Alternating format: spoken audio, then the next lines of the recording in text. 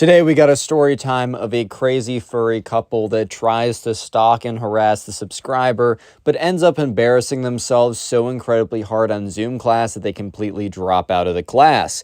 Anyway, so this happened more or less kind of recently, and so Alex's class, they went back to school. They weren't on Zoom class normally, but what would happen in about a week would there be a flu that went around, so the school just told the kids to stay home for a couple days and take class on Zoom.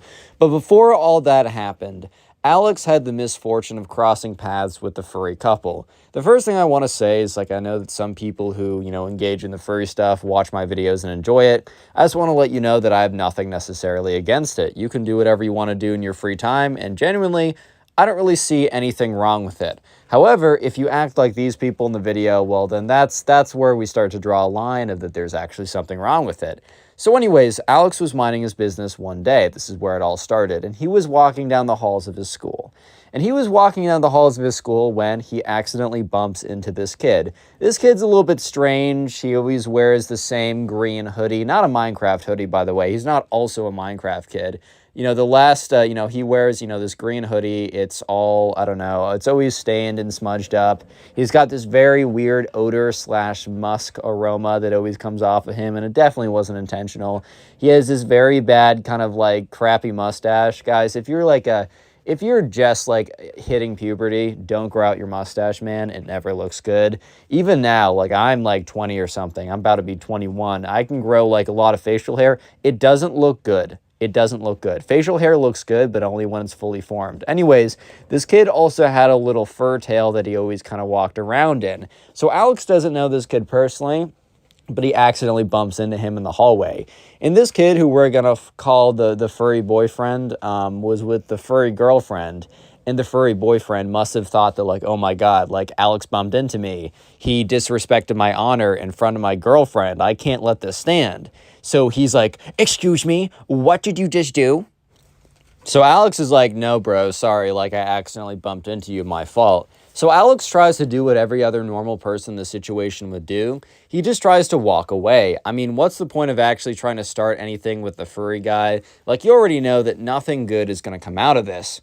However, the furry guy was not going to let this go. He's like, "Bro, excuse me, you can't just bump into me and disrespect my honor in front of my girlfriend and then expect to get away with such madness and treason." And Alex turns and looks at him and looks at the girlfriend, and she was low-key playing into this. She was enjoying this. She was kind of like, "Yeah, honey, go get him. You're really showing him who's boss." And Alex is like, "All right, bro, Alex literally walks away from this. He doesn't want to engage in this anymore. So Alex gets up and walks away because, he's like, "You know what, man? I'm not dealing with this. Not today." So he gets up and he leaves. And so, he can kind of hear the furry boyfriend yelling at him, "You can't just get up and leave. You can't do that." But Alex is probably thinking to himself, "Yeah, and why can't I just get up and leave? Why can't I just do that? Dude, come on now." So yeah, Alex doesn't think much of it. Alex kind of does genuinely think, okay, who cares, whatever. One thing that, is true is Alex does have a class with the furry guy, with a furry boyfriend. However, it's a really large class. There's probably about 50 people in this class. So when I say it's a large class, I mean it's a really large class. So there's probably about 50 people in this class, and the furry boyfriend always sits in the very, very back. So while Alex was aware of him, aware of his presence, Alex never had a single conversation with this kid before. He didn't even think that the furry boyfriend knew who he was, let alone knew that they were in the same class together. However, this would be proven wrong because Alex would be stalked by the furry boyfriend in just a second. So let's skip ahead to the next day. Alex gets into school. And as he's walking into school, he's walking through the front doors. You know that feeling when you feel like someone's watching you? Most of the time, it's, I don't know, it's just, your brain's playing tricks on you, or you're being really just freaked out over nothing. But one thing I will say, and I think I say this throughout a lot of my videos, is sometimes, guys, you got to pay attention to your instincts, because sometimes your instincts really do have something it's your body's way of kind of thinking. It's your body's evolution through all the times where we've been in the jungle and there's been predators and all this kind of stuff. There's stuff that your, conscious can't understand, but your subconscious understands. In this case, It might not have been a mountain lion, but Alex's subconscious was 100% right, because the furry kid was slowly stalking behind him. So anyways, the furry kid is like coming up behind him, stalking him, and Alex doesn't even really realize until it's too late. So he turns around, and the furry kid like literally takes this marker and does like a big slash on his sweatshirt. And Alex is like, dude, because it was like one of the black permanent Sharpie markers, and the furry kid is like, this is the mark of the beast. It is coming from me. I am the beast, by the way. And, you know, Alex is like, dude, what are you doing? Like, you just slashed a mark on my sweatshirt. Like, that's not cool, bro. He's like, you don't understand. It is a mark of the beast. You are officially my enemy. And Alex is like, what? Because he's kind of like forgotten at this point that he bumped into this kid and allegedly, quote unquote, disrespected his honor or whatever this kid wants to say. So Alex is like, bro, like, can you just like leave me alone? Like, and the kid doesn't take this as like, leave me alone because you're weird. Takes this as, oh my God, oh good heavens, please leave me alone. I'm so scared of you. And the kid's like, I get it that you're afraid of the beast right now. Guys, never call yourself the beast. Unless you're literally Mr. Beast, do not call yourself the beast. Yeah. But this kid's like, you have gone against the beast, and just the mark of the beast, and the beast will be after you. And he kind of like turns around and he like shakes his butt as to like shake his tail. But his tail literally falls off when he does this, and it falls onto the ground.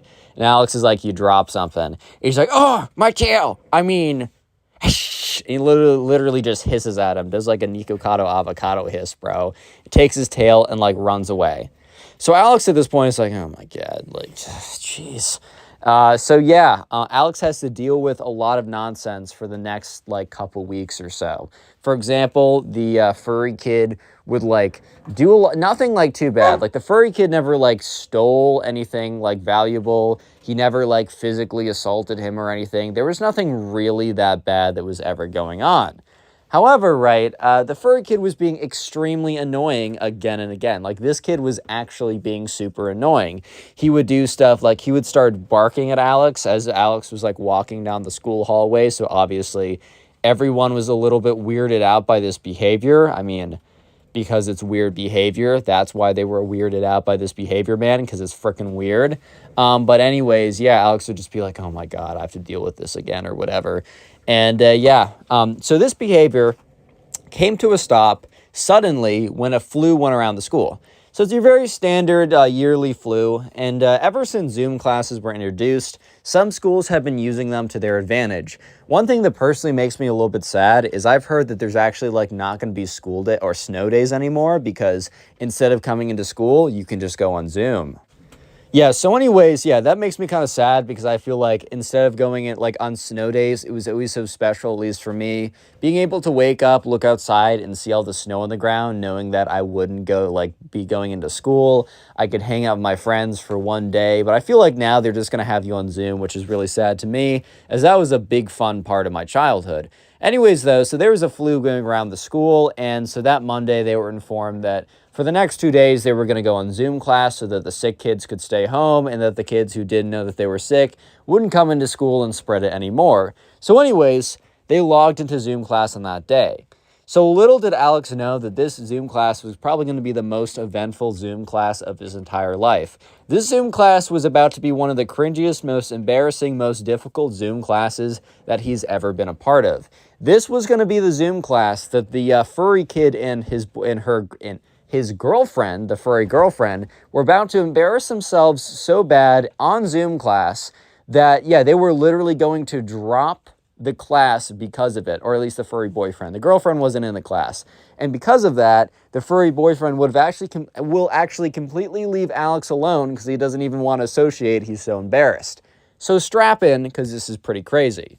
So yeah, let's just jump to the fateful day. Let's just jump to the fateful class that will go down in infamy forever. So anyways, everyone logs into Zoom class like normal. And I'm sure you guys can remember Zoom class or Microsoft Teams or Google Meet or whatever you guys use. Basically, you'd log in, you'd have your camera, you'd have your mic or whatever. And as soon as you logged in, 90% of people would literally just log off and turn off their mic and turn off their camera so that there wouldn't be any video footage. Video is the secret word of the day. So if you made it this far into the video, comment video down below in the comment section. And while you're down there, make sure to check out the pinned comment on this video, as there's a link to the Spotify page in which I upload all these stories as podcasts, as you can listen on there. And also a link to my second channel in which I upload stories every day like I do here, except I upload them from Reddit instead of from you guys. So make sure to subscribe to that channel too. But anyways, in this Zoom class, right, they all log in. And the teacher's like, hey guys, can you please turn on your cameras and unmute your mic for a second? So everyone turns on their cameras and unmutes their mic. Because one thing over Zoom class, if you guys, I don't know if you guys had this happen, but everyone would literally just turn off their cameras and turn off their mics, and then they would just go off and literally do anything else besides class. So the teacher, at least at first, is like, guys, can you please say hello? So everybody turns off or turns on their cameras, turns on their mics, and he basically does attendance. So he's like, hey, and this takes like forever, bro. This takes like 10 minutes. Normally he does it as people come in, but I don't know why he was taking this long, but he did. Because it takes a long time to go through 50 people. Yeah, so everyone does that. And the thing is, right, that one action, the one action of telling people, hey guys, can you unmute your mics for a second, literally doomed the furry kid. Because while the furry kid does turn off his camera, he must have just forgotten to mute his mic. So anyways, they start class. And here's the thing, everyone else's mics are muted, everyone else's cameras are off, and most people aren't paying attention. So that's when, and I think the teacher, low-key, wasn't paying attention either, because the teacher was like not paying, because like everyone else was muted, so I feel like the teacher, I think what the teacher did was had their camera pointed towards like a whiteboard or something. So the teacher wasn't even really listening to what people were saying. They were just going through lecture, whatever. So that's when, right, Alex is just minding his own business. He's kind of just chilling. He's just kind of like, you know, in the Zoom class, and that's when he hears something a little bit strange. The furry kid starts talking, right? And it's very obvious that he's not asking a question. Like I don't know, you're just like, you say something in a certain tone of voice when you ask a teacher a question versus when you're talking to someone. I feel like it's pretty obvious to tell the difference between the two.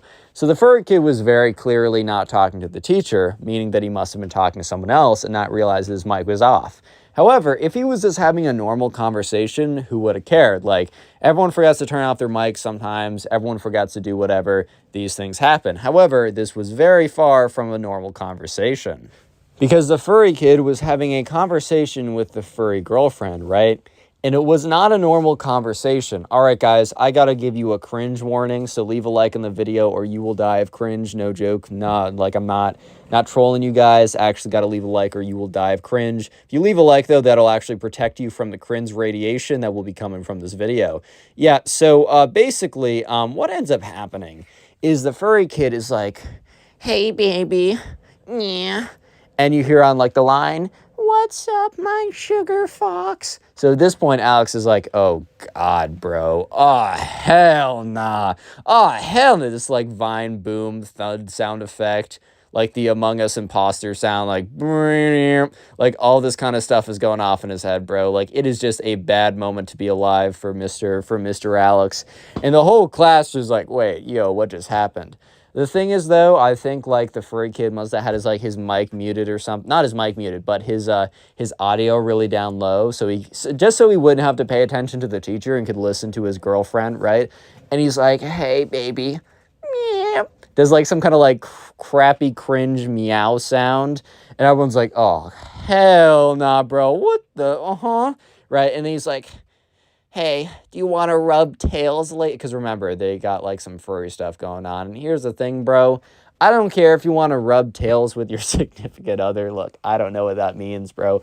I don't really care. But look, you can't be, like, attacking people, saying that you're part of the furry cult and will, like, eat them or whatever this kid did to Alex, and then expect to get away with something like this.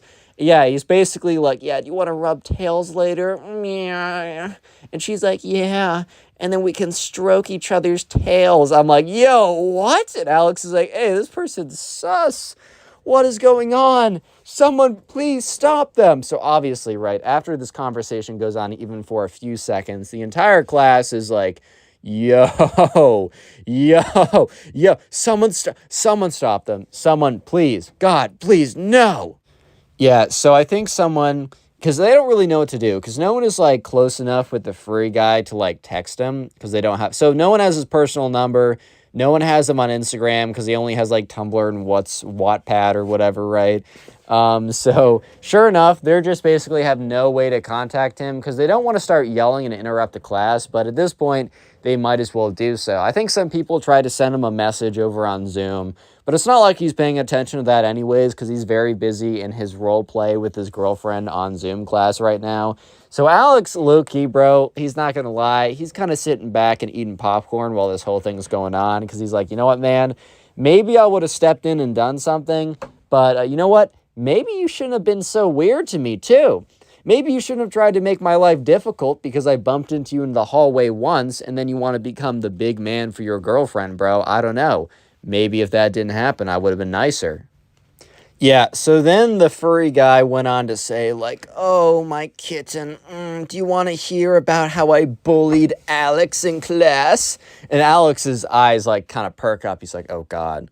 And the fur girlfriend's like, yeah, say how you dominated him again. And Alex is like, yo, chill. So the furry guy's like, yeah, I literally clawed him. And he was like, oh, please let me go. No. And that's when Alex is like, oh, hell nah, bro. I'm not letting this slide. So Alex literally like unmutes his mic. He's like, hey, class. Interrupting everyone, right? Hey, class, that's not what happened. The furry kid came up to me, splashed some water on me, and I was like, can you go away? And then he hissed at me and ran away. That's what actually happened. So at this point, the whole class like breaks into laughter, not just because like Alex like exposed the kid, but also because Alex was like the one to break the awkward cringe silence. And then once Alex broke the awkward cringe silence, it was almost like Alex broke some dam to a massive waterway, and it all came pouring out. So yeah, everyone was hysterically laughing at this point. They just couldn't keep it in because, like, bro, I don't know about you, but I think I don't know how I'd act in this situation. But that's when the teacher's like, hey, like, what's going on over here? And the teacher comes over and, like, I guess, like, the furry kid must not have even noticed because his volume was down or whatever. And he's like, yeah. Like, tell me about your day, baby. Describe yourself. What are you wearing right now? And the whole class just keeps laughing. So the teacher's yelling like, furry kid, obviously says his real name, but we're calling him furry kid for the sake of this video. Yeah, but anyways, right, eventually the teacher is able to is able to yell loud enough that the furry kid's like, oh, what? And he like realizes that his mic's been off the whole time. So the whole class is like laughing, and the teacher's like, furry kid, you've had your mic on the whole time. Can you please turn it off or be quiet? We can hear everything that you've said. Yeah, so I don't think the teacher even realized how bad the conversation the furry kid was having.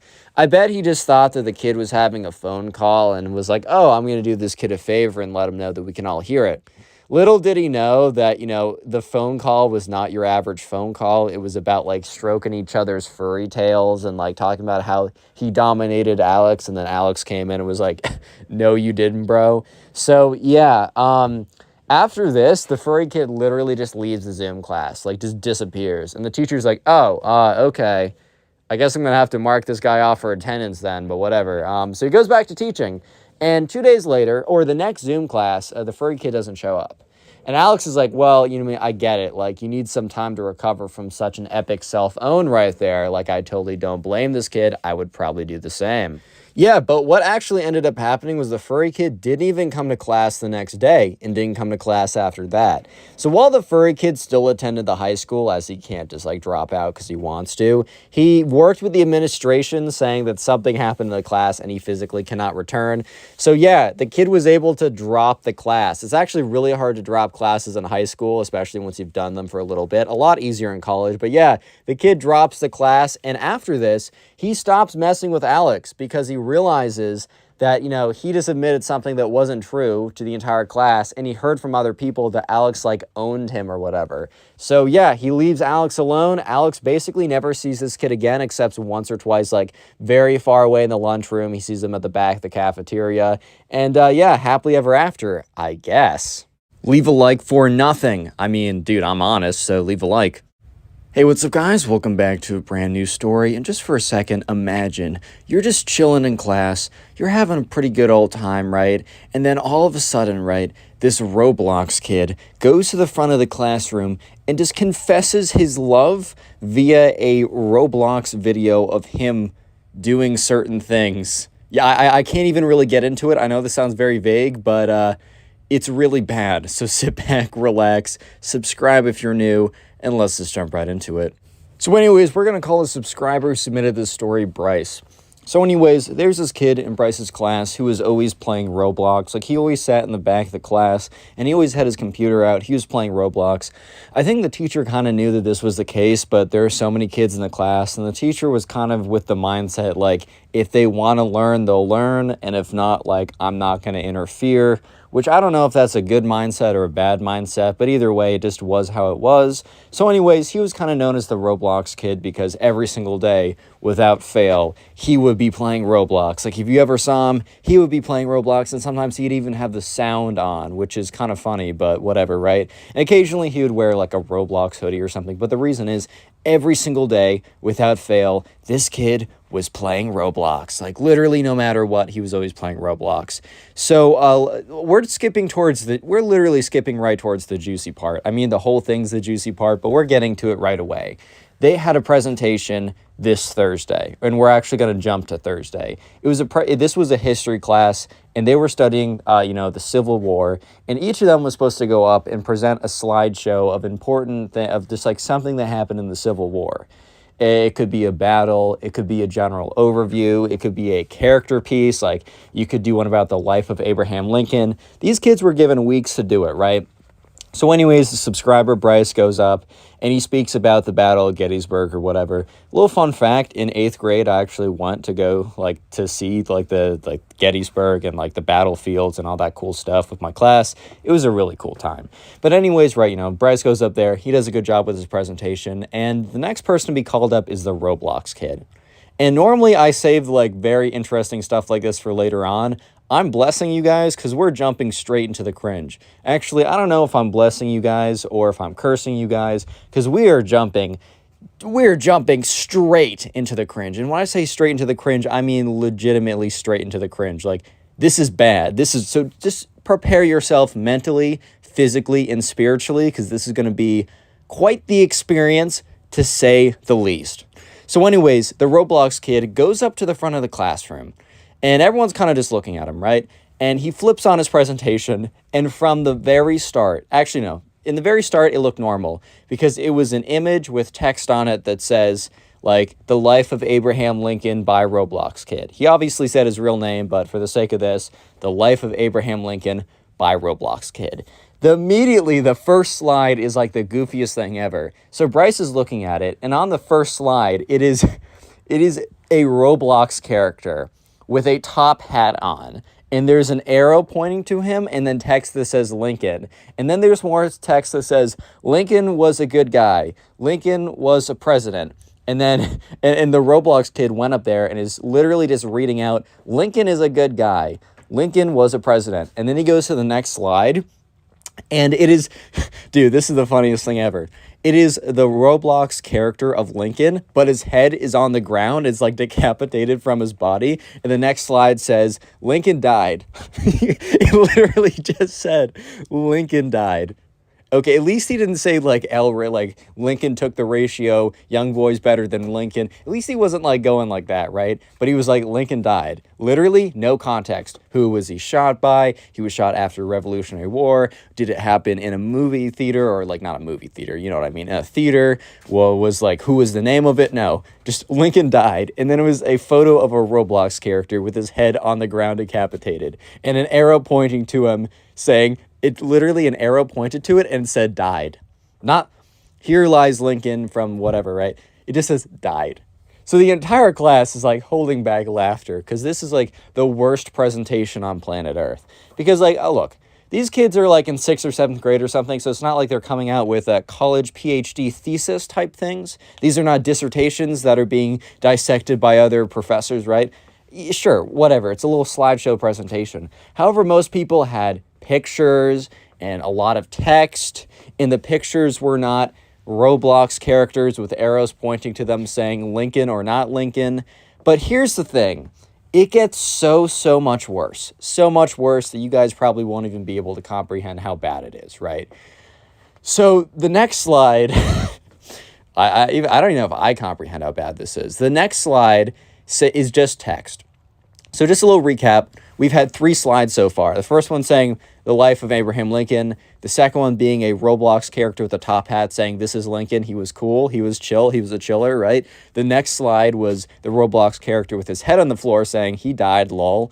And then the next slide says, okay, let's talk about something much more important. So at this point, Bryce was sitting in the classroom. He's like, bro, much more important. This is your presentation, dude. Like, what are you talking about? Like, are you trying to sabotage yourself here? Because it definitely feels like it. And, everyone in the class was kind of confused. And for some reason, the teacher wasn't stopping the Roblox kid. I think the teacher was kind of hoping that the Roblox kid, like the first couple of slides were like a joke. And while the teacher didn't find it very funny, the teacher was hoping that the Roblox kid was going to make a bit of a recovery. So I bet the teacher at this point thought, oh, okay, well, the Roblox kid was obviously kidding. Like he's saying, let's talk about something more important. He's probably going to like go over to talking about like the life of Abraham Lincoln. No, the teacher and everyone else was unfortunately wrong because the Roblox kid goes on to just do the most insane thing I've ever seen. And you guys, look, I told you before to buckle in for the cringe. You guys got to strap in for the cringe. Like, this is an atomic blast of the cringe. So you have to lay straight down on the floor. Make sure it doesn't destroy your lungs and eyes and everything. All your internal organs don't turn inside out with this. So just prepare yourselves. So anyways, the Roblox kid clicks onto the next slide. And it is a video. So you know how in like Google Slides you can click onto a video? It is an unlisted YouTube link. So he clicks into it and it goes over to YouTube. And all of a sudden, oh my God, I don't know if I can do it. Guys, I think I'm gonna pass away from the cringe, guys. Leave a like and subscribe to the channel to help me survive. Anyways, so all of a sudden, you know the song like What Makes You Beautiful by One Direction? Yeah, that starts playing. And everyone is super confused because Bryce knows for a fact that this was definitely not music to fit the timepiece. Yeah, I don't think this is like Civil War Abraham Lincoln music. I don't know, man. This just doesn't really seem like it. And all of a sudden, while that song, What Makes You Beautiful by One Direction is playing, a video appears on screen of the Roblox kid Roblox character. And it's like a screen recording of him running around this map with like text appearing on the screen. You know how it's like you can have like your Roblox character have like a text bubble? I don't know if that's actually true. I don't really play it myself, but I've seen like meme images or whatever. So at first, the Roblox character is just like saying the words of the lyrics. So he's like, you're insecure, not sure what's for. Dude, I'm not looking at the lyrics right now. Like turning heads when you walk through the door or something like that. Okay, you know the song I'm talking about. I butchered the lyrics, but in all fairness, I'm trying to get them from the top of my head, and I haven't heard that song in like a year or last night, either one. But yeah, so everyone is super confused. Bryce kind of turns to his friends. The teacher is just like, okay, like I'm going to let this play because like I don't know where this is going. But everyone is realizing that this is going downhill extremely quickly. And no one realizes like why this, like where this is actually going. Until like after like a little bit of the Roblox characters like dancing on screen and like singing the lyrics to the One Direction song, eventually, like the Roblox character, like it zooms in on him and the music's still playing in the background, but the text is no longer like the text of the song. It is, so there's a girl who we're going to call Eve in this class, and she's sitting in the front row. Rest in peace, Eve, bro, because she's about to get slammed by the Roblox kid, completely embarrassed in front of everyone. So, the text on screen of the Roblox kid's presentation turns from saying the One Direction lyrics to saying, like, I have a super important question for you, and then Eve, her name appears on screen, and everyone, dude, I feel bad for this girl, because, like, as soon as her name appeared on screen in this dumpster fire of a presentation, literally everyone, including the teacher, turned their heads to look directly at her, which is such a tough situation, because, like, bro was just existing, bro was just chilling, trying to, like, live life or whatever, and then all of a sudden, she just gets completely destroyed, gets a left hook to the face. Like, you just simply hate to see it, right? And all of a sudden, like, the text on screen turns to, like, Eve, will you go out with me? And it says this for, like, 5 seconds. And Bryce, like, even though it was only on screen for, like, 5 seconds, Bryce says that this is probably the longest 5 seconds of his life. He's never seen a 5-second duration go by any slower. And all of a sudden, right, the Roblox character on screen starts doing, like, a break dance. Like, it is the worst thing I've ever seen. I will say that there are worse ways to ask out girls, and if this video gets 1,000 likes, I clear 1,000 likes all the time, but if this gets 1,000 likes in the first 24 hours, I will tell you the worst story of how to ask out a girl, and it's from me. It is a personal story, so you better smash like right now, and I will do it. I'm a man of my word. It is embarrassing, it is terrible, it is awful, but it is funny, and if it gets more engagement on the video, then I'll sell my soul for anything anyways. So yeah, the Roblox character is like breakdancing in the background. And remember, this is during a history class presentation on the frickin' Civil War. And all of a sudden, there's a Roblox character breakdancing while the Roblox kid, literally, I don't know if dude thinks he was asking to marry her, because the Roblox kid gets on one knee, and everyone's like, what is this kid doing? Roblox kid gets on one knee, and, like, I don't know why he was on one knee, but he was. I think he saw, like, a movie where someone proposed, and he's like, oh, this is how it works. He's like, Eve, will you be my girlfriend? And while this is happening, like, a really, like, poorly edited in audio, so it's really grainy audio of, like, What Makes You Beautiful by One Direction is looping in the background, while there's a video of this Roblox character breakdancing on screen. Like, it is the biggest dumpster fire anyone has ever seen. Everyone at this point is completely shocked. Real quick, if you made it this far into the video, comment Roblox down below. That'll be the secret word of the day. I'll try and heart a bunch of the comments. I can't always because, look, full-time college student as well, also trying to have a life. However, it's not that hard for me to go through and heart a bunch of them, so if you comment Roblox, I'll do my best to do that. And also, if you want to support the channel, the best thing you can do is after you're done watching this video, go ahead and binge watch a bunch of videos. And please let me know in the comment section how many videos you watched today or this week, because when you watch my old videos, it helps the channel get promoted more, which helps our community grow, and it's awesome. It's great. I just want to say thank you. So let me know in the comment section if you are doing that so I can say thank you personally. Yeah, so just a little recap of what is happening. And by the way, prepare yourself for the cringe, because it's pretty bad at this point. But anyways, the Roblox kid has gone up to give a presentation on Abraham Lincoln. The first 2 slides were crappily edited in Roblox characters, where the first one just has a top hat, and the second one just has his head fallen off, right? So not super great. And then it converts to, like, let's talk about something more important. And then it's a video of his Roblox character running around, screaming out the lyrics to One Direction's, like, What Makes You Beautiful. And then it turns to the Roblox character breakdancing while the Roblox kid goes on one knee and asks this girl out in front of everyone. So yeah, at this point, like, Bryce is just, like, so shocked and confused, because, dude, this all happened within the span of, like, 2 minutes. And the Roblox kid is like, yeah, so at this point, you know, I don't know, Bryce just wasn't expecting anything like this to happen. Like, he's just like, this all happened so quickly, just for context. Like, 1 second in, this happens. The next second in, like, or like 1 second in, they're all doing, like, Civil War presentations. The next second in, this Roblox kid is trying to ask out this girl with a Roblox dancing icon, and he's down on one knee. And it's just, like, a huge mess. It's just like, dude, what is even going on at this point? And, yeah, it is the most awkward... Oh, my God, it's Connor Pugs. I've never seen your face in real life. You're so sexy. Dude, how do these fans keep getting in? Security! Security! Anyways, guys, so at this point, the teacher is starting to realize what is going on.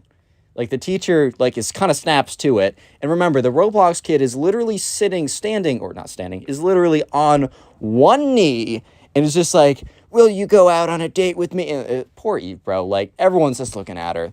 And the teacher goes up to him, is just like, what is wrong with you? Like, the teacher full on says, what is wrong with you? Which, like, the teacher's not wrong, dude. Like, what is wrong with this kid, bro? Like, can't be going up to people in class and just, like, asking them out when you're supposed to be doing the life of Abraham Lincoln. Like, it's a little bit different. And the Roblox kid is like, you're a hater of my love. You're a hater like John Wilkes Booth, or whichever one shot Lincoln. You're a hater just like him. I'm like Lincoln. You're like John Wilkes Booth, and you're shooting me in the head metaphorically. And the teacher's like, why didn't you say that in your thing? It's like, because the teacher started to, like, freak out because the Roblox kid actually knew the history. He actually knew who shot Abraham Lincoln. He knew the context, but bro decided not to put it in his presentation because he was too busy doing, like, dude, he was too busy doing Roblox dances to ask out this girl. So at this point, the Roblox kid is like, you can't stop me. You can't stop me and my love. And at this point, Eve just has her head down on the desk like, oh my God, dude. Oh my God. And everyone feels so bad for her, but they're also just so curious, like, what is going on with the Roblox kid, right? So at this point, the Roblox kid, like, the teacher starts walking towards the Roblox kid because the teacher's going to escort him to the front office. But the Roblox kid says, no, I must have an answer. You can't take me away. So the Roblox kid starts to run around the classroom. So the desks are kind of in just imagine a normal classroom. So the Roblox kid starts weaving in and out between the desks. He's just kind of like dodging in between the desks, sliding under chairs, knocking stuff over. And while he's doing this, right, because, like, the teacher's starting to close in on him, but the teacher's not going to slide tackle him, dude. He knows better. But while he's doing this, he's shouting like, Eve, do you hear me? Eve, will you be my Roblox girlfriend? Eve, will you be my Roblox girlfriend? And at this point, Bryce is like, oh my God, what is going on right now, dude? What is going on? And the Roblox kid is just kind of like jumping around, jumping. And at this point, right, I think Eve is starting to realize that if she doesn't say, like, this is a terrible position, and I feel really bad for her because, like, dude, you definitely don't want to. Thing. Oh, are you recording right now? Yeah, my balls are actually, I got my set of balls in on Amazon. Wait, they can't hear this. No! We've had a lot of lore in today's video, like a lot of, anyways, though. So at this point, the teacher is just like, he's running after the Roblox kid. The Roblox kid is running back and forth. And I think Eve at this point kind of just knows that she needs to say something. So she kind of, like, stands up, which is tough for her because, like, this is obviously super embarrassing. She stands up and says, I'm sorry, like, I don't think we should, like, go on a date or something, or, like, I have to decline. However, she said it very politely. She said it very nicely. And, the Roblox kid stops running. And that's when the teacher catches up to him and kind of grabs him. And the Roblox kid literally slumps on the floor. Almost like he was shot with, like, a tranquilizer dart, dude. Like, he just slumps on the frickin' floor. Like, he's just down for the count.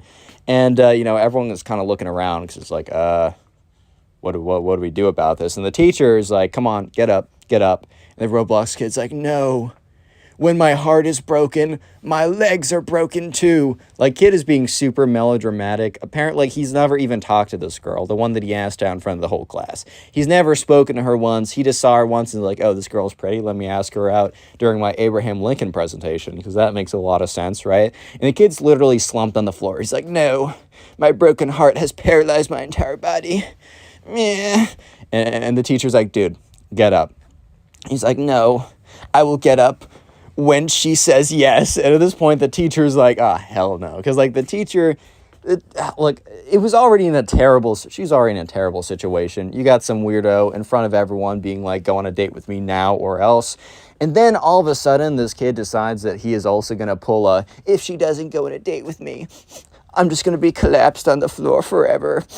Feel bad for me, guys. Like, no, that's definitely, like, he's drawing the line there. We're not letting this one slide. Yeah, basically, right? So the teacher pulls him up because the teacher, he can't be too physical with this kid because he can get in trouble and lawsuits and whatever.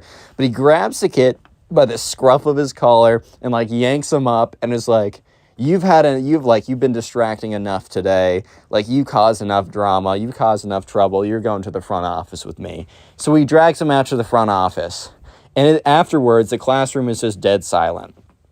Until one guy who's sitting next to Eve kind of speaks up and says, "I'm so sorry." And literally after that kid says, "I'm so sorry," the whole classroom, dude, including Bryce, chimes in to say, "Yeah, like, that's so sorry. Like, that's so tough.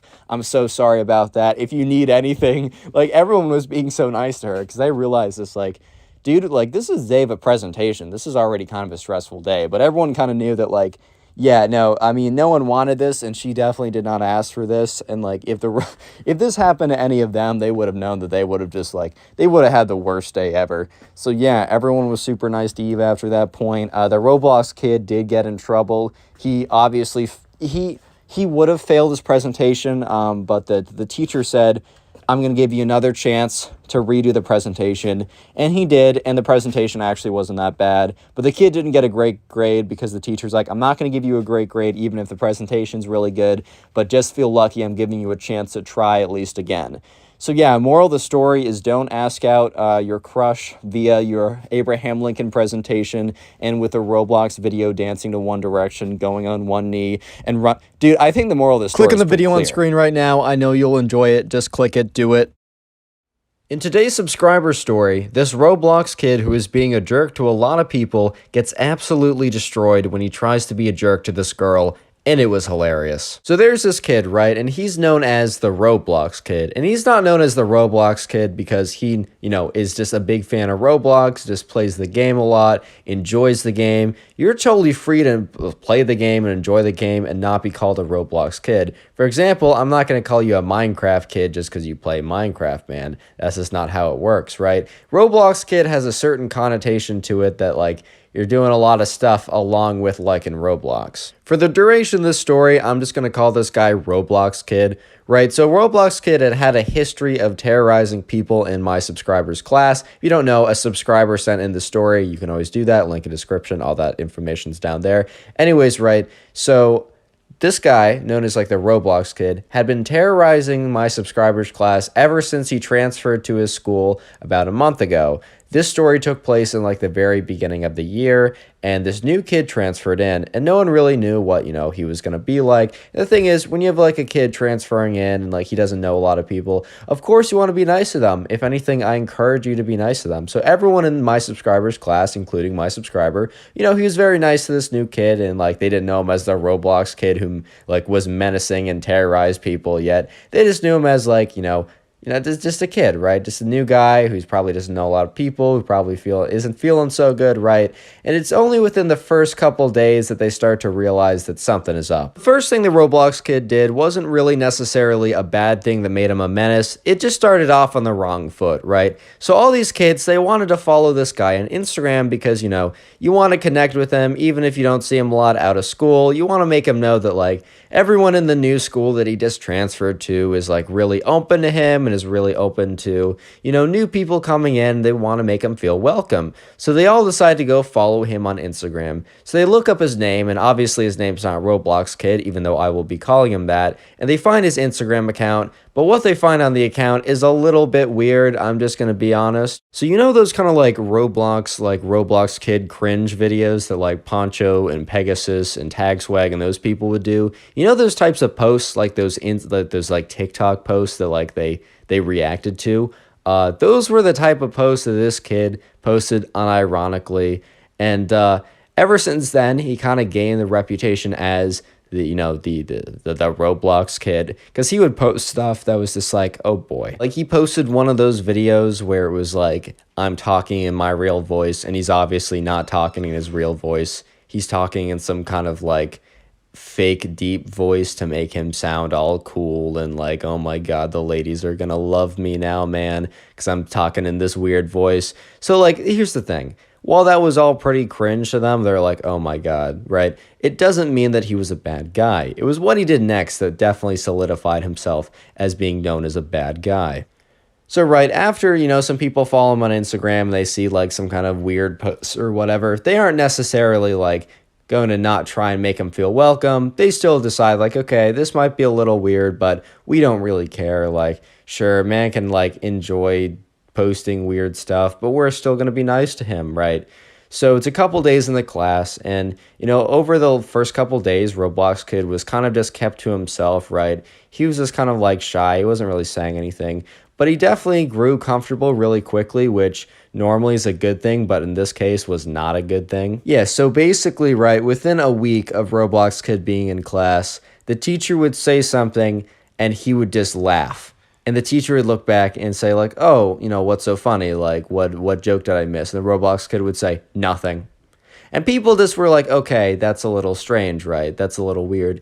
And he just kept doing that. But then he started to do it when like someone would like say an answer. Like the teacher would be like, does anyone know what whatever is, right? And someone would answer and the answer would be wrong. And he would let out a little laugh, right? And the teacher would be like, what's so funny? He's like, nothing. And he would just keep doing that, right? And he especially did it when people were like somehow a little bit vulnerable. Like, you said an answer and it was wrong. And he would make sure to just sneak a little laugh in there. Quickly, if you enjoy Storytime videos, make sure you're subscribed to the channel. That's it, back to the story. The level of snarkiness coming from Roblox Kid only increased every single day he was there. And at one point, someone came in with like an outfit. I think it was some guy, and he was wearing green on green, which, yeah, neon green, like top with a neon green bottom normally isn't the move. Look, I'm not a guy who like knows a lot about fashion, but even I know that like probably, wearing neon green on neon green probably isn't the hottest look ever, and all the ladies aren't going to be fawning over you. But when this guy came in, Roblox Kid looks at him, kind of like gives this little laugh, and then is like, and he turns to the guy and he's like, do you need to have your eyes checked, buddy? And then the guy's like, what do you mean? He's like, looks at the outfit. He's like, do you see what you're wearing? The guy's like, I got out of bed late. I just threw on what I had on. And then people kind of like looked back and they're like, oh, that was a little aggressive, man. Like that was a little aggressive for literally no reason, dude. Like, yeah, the guy didn't have the greatest outfit of all time. Like, lock him up. Like, okay, it's just class, bro. Like, no one else cares. Why do you have to have such an attitude? What did he do to you? And just after that point, the snarkiness and like backsided comments and just kind of like Roblox Kid being like a massive jerk, it just kind of like went up every single day, and it got worse and it got worse and it got worse. For example, a couple weeks in, like after he had that last comment to the kid and was just being snarky and laughing at people, right? So in the very beginning of class, before class started, kids kind of like sat down and like the teacher was kind of getting the stuff together. But Roblox Kid was sitting kind of near this girl, and he kind of like looks over, he says, hey, and she's like, hey, what's up? And he's like, are you wearing makeup right now? And she's like, no, I'm not wearing makeup right now. And he's like, maybe you should. So that comment was like, first of all, I just want to say to the guys out there, never say anything like that to like a girl, or really don't say anything like that to anyone in general. Like common decency, but like, I don't care if you think you're funny, man. Like, it's going to really have a negative impact on someone. And in this case, it did. Like, when he said that to the girl, like, she already was having, like, her own insecurities. Look, a lot of people, like, around their age, I don't know exactly, like, what grade this guy, the subscriber who sent in the story was. I'm probably going to say, like, 6th, 7th, 8th grade. Probably, like, late middle school, early high school. That's when you're most... Honestly, bro, that's when you're like you're most insecure over everything. When you think all these things matter, and words like this it's really gonna go a long way. This girl ends up running out of the classroom like crying, and like her friends go running after her. And this is the first time that the teacher actually does have to get involved and like talk to the Roblox Kid. He's like, Roblox Kid, obviously he says his name, but we're gonna say Roblox Kid, like go down and see the principal, like go to the principal's office, like I heard what you said. It was unacceptable, because he was close enough to the front of the classroom now where he sat, because he didn't sit in the same seat every day. He decided to terrorize a new person every single day by sitting in a new seat and also disrupting the unassigned assigned seats. If you know what that is, then you know that that's criminal behavior. But anyways, he was close enough to the front of the classroom that the teacher's like, I heard what you said, go to the principal's. So when Roblox Kid went to the principal, apparently the principal said, since this is your first offense, like, we're not going to give you a punishment, but basically, no, you're on very, very thin ice. And next time we hear of something like this, you're going to be suspended.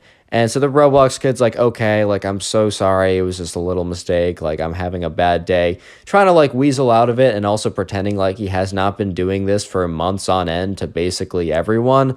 But anyways, right, from this point on, you might be thinking, okay, did Roblox Kid actually improve? Did he become a better person? No. He was just more careful when he was being a jerk to people, right? He didn't do it in front of the teacher. And he was also a little bit more careful who he did it to.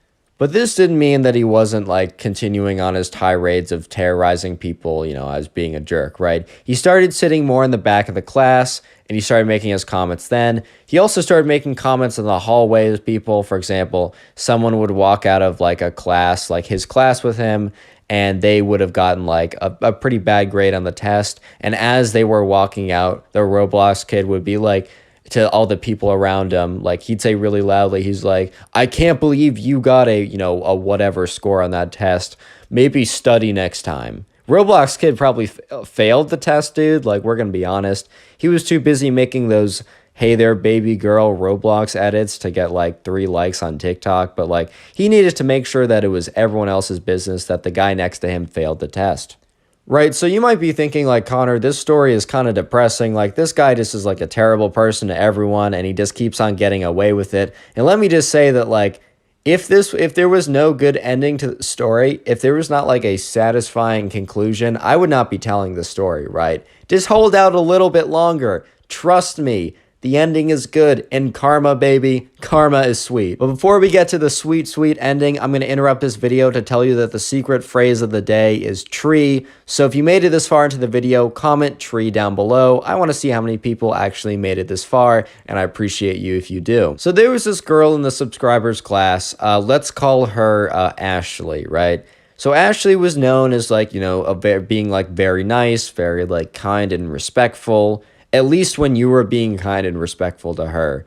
But she was also known for like standing up to herself and standing up to herself firmly and like really well. Like if you tried to come and like roast her, man, you were gonna come out scorched. That is not a flame fight you want to enter into. That's all I'm trying to say, bro. Ashley was something else, but she was also very kind and respectful and was a good, very solid friend that like, she was just an overall very good person, as long as you were a good person to her. She really had a whole eye for eye mentality when it came to stuff. And let me just say that Roblox Kid, since he was still kind of new to the school, he didn't know Ashley's reputation. But he also kind of like got a sense that she was had a little bit tougher skin. So he decided that she would be the next victim of like his like, his basically his being a jerk, right? His trolling, right? She was going to be the next victim because she probably wouldn't break down crying and get him in trouble and get him suspended. But she would also be like, she would be a perfect target. Little did he know this was a huge mistake. So one day, the Roblox kid went up to Ashley when they're leaving class, and he just like kind of looked at her, and he's like, "Hey, ugly," and she didn't respond, and he's like, "Oh, I'm talking to you." Oh, it's just like something really stupid and lame, but like just like really just trying to come for her. And she kind of looked at him, and she kind of like smirked and said, "You're gonna regret that, buddy." And he kind of like was like taken aback a little bit because like people had either been like go away or like they'd start crying or they'd just be like, bro. They never like smirked and said, "You're gonna regret that." He didn't think much of it after that, at least for a while. But let me just say that like that was the beginning of his downfall. He should not have messed with Ashley, bro. So coincidentally, wink wink, nod nod, right? The Roblox kid starts talking about his new girlfriend, right, that he meets on Roblox.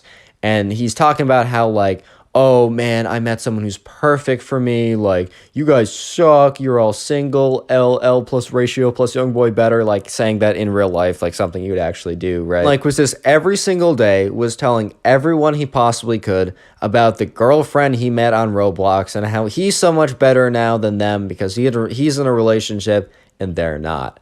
So one day, right, he comes into class and just like, he's just going off on someone. He's calling someone ugly. He's calling someone stupid, right? And then he's also bragging about not being single. And then Ashley comes up to him, right? Out of nowhere, after about 3 weeks since their last encounter. So Roblox Kid has not thought for a second about about Ashley. And he's like, oh, what's up, ugly? Because he remembered his joke. And she said, "What's up?" And then said something very specific, and his face just went super cold. And the subscriber doesn't remember exactly what she said, but apparently, right, what she had said was word for word what his Roblox girlfriend said to him like the night before. And he's like, oh, what? And then before he could say anything, Ashley kind of turned to the class before the teacher was there, because they got there a little bit earlier before the teacher some days, and this was one of those days. And she turns to everyone and she's like, you know this girlfriend that he's been talking about for the last like week? Well, that was me. Get trolled. Get roasted. And the Roblox kid is like, that's not true. And she said, all right, open up Roblox. He boots it up. He's like, right? And then he boots it up. She opens up her like laptop, or I don't know if you can have an app for Roblox. Let's just say she opens up her laptop. I think that's what she did, right? This is what I'm told. And basically, she just sends him a message. And he receives it. He's like, packs up his stuff, just walks out of the class. He's not back for the entire day. And apparently the next day he came back and he was just silent. And for the rest of that week, he was silent. And for the rest of that year, he wasn't silent. Like, he spoke in class and tried to speak to people a little bit, tried to make friends. But basically, he was done being a jerk to people because he got absolutely decimated. If you enjoyed today's story video, consider watching another one. Watching old story videos after watching this video really helps the channel. And if you want an easy place to find all the story videos I've made, top link in the description is a link to my Storytime playlist, which will have all the stories. With that being said, thank you guys so much for watching, and I'll see you in the next one. Peace. Today we have a story about an arrogant kid who got absolutely humbled incredibly quickly by his crush. Enjoy. Subscribers said in this story, we're going to call him Mason, right? So Mason was in class, and there's this kid in his class. We're just going to call him Roblox kid. And by the way, disclaimer, right? I know there's already people typing in the comment section right now, Connor, I play Roblox. Does that mean I'm a Roblox kid? I hate you. I'm going to unsubscribe. Once again, similar to when I call people Minecraft kids, look, I love Minecraft, and if you love Minecraft, cool, me too. You're not a Minecraft kid. If you like Roblox, you're not a Roblox kid. If you want to know who a Roblox kid is, look up the videos that like Poncho or Pegasus made. Those are Roblox kids. And this kid was a Roblox kid. Anyways, right, he wasn't just a Roblox kid. He was super arrogant. He was super full of himself. And he just loved telling the entire class about how many women he got, how he was just the king of women. And here's the thing, guys. Sit down on my lap. Actually, don't. That could be weird. Sit down on my metaphorical lap. Or chair next to me. That's a lot less weird. Sit next to the metaphorical chair next to me, right? And learn a little lesson, right?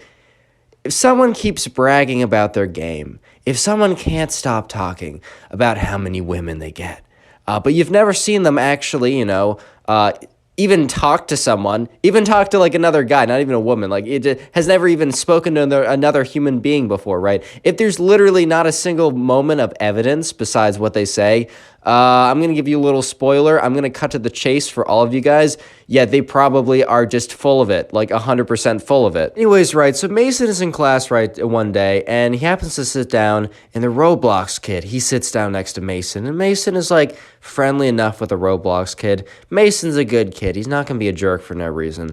So anyways, right, Mason's like, yo, what's up, like, whatever, and the Roblox kid's like, hey, just done bagging some 10s, bagging some hotties. Complete cringe. Don't say that, okay? Don't unironically say that. Even ironically saying it is like kind of skirting the line of like complete cringe. I don't know. He's like, yeah, I was just like, typical day, man. Just got another 10. Like, they can't stop hitting me up. By the way, these kids were in like 7th grade or whatever when this happened, which is pretty funny. I'm not saying, I know I got a lot of people that are probably in 7th grade watching. I'm not like coming for you. I was in 7th grade, actually a wonderful period of my life.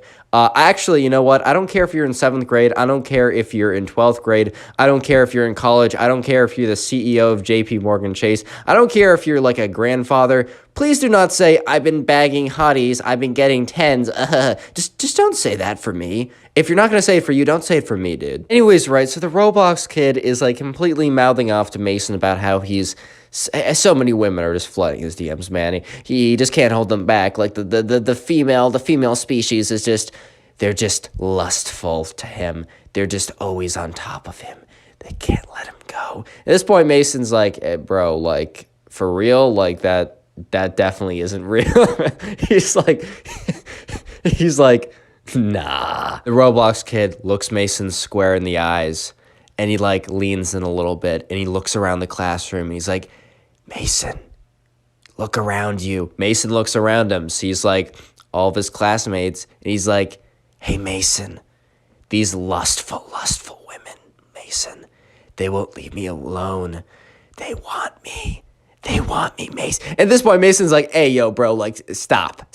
Class, there was also this girl, we're just gonna call him Roblox Kid's crush. I don't really feel like giving her a name. I just want to juggle too many names. I mix them up, and you guys always remind me in the comment section, so I just don't feel like it. We got one name, we got Mason, we got Roblox Kid, we got Roblox Kid's crush, so we're just gonna call her the crush. Anyways, right, so the Roblox kid starts talking about this girl specifically, the crush. And, Mason is actually, like, he's not friends with the Roblox kid necessarily. I would say he's acquaintances. He's not buddies. He's, like, he's working friends. Like, he's work friends. Or school friends, because they're not at work, right? But sometimes school friends implies that you're closer than you actually are. I feel like work friends adequately implies that, like, you just get along with each other because you're in the same place doing the same thing you don't really want to be doing. But anyways, right, he's kind of known about the Roblox kid's crush for a while, and, he doesn't know her that well, but he definitely knows that, like, no offense to Roblox kid, but she is definitely out of his league. Unfortunately, right, Roblox kid starts to go on this tangent to Mason, poor Mason, right? Roblox kid starts talking about how his crush, right, how we could totally pull her, dude. Like, no questions asked, no problems, no issues at all, actually. 100% guaranteed, 1,000%, 100% guaranteed win for a Roblox kid. Like, I'm not even kidding, dude. 100% win. And he keeps going off about how he can totally get his crush, and how his crush, he actually starts, like, changing it. He doesn't just talk about how he, his crushie will totally love him, right? Will totally fall for him if he, like, says anything or even starts talking to her. Because, right, at this point, Roblox Kid has not even spoken to this woman, right? But he changes the conversation a little bit. You know what he starts doing, guys? You know what he starts saying? He starts talking about how she is actually secretly in love with him. Yeah, no, I'm not even, I wish I was joking. I wish I was kidding. I wish this wasn't real life. I wish the Illuminati had reprogrammed my mind to just interpret reality backwards, but no, this is real life.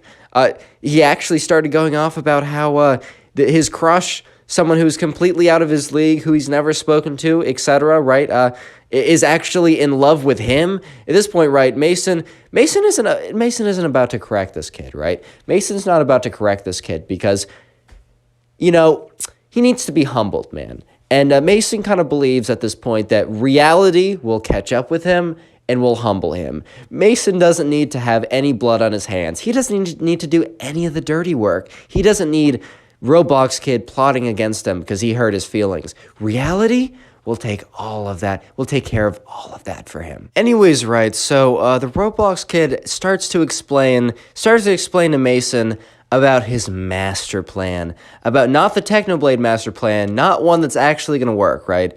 But the master plan to get this girl to fall in love with him, which, like, why does he need a master plan when she's already in love with him? Don't ask me, dude. Anyways, right, so what you need to know is in this class, they had a very, not a very large, but they had a project due the next day. In that project, they had to present in front of the entire class. And so basically, right, the Roblox Kid, he explains to Mason, the subscriber who sent in the story, you can send in stories too to my Instagram in the description.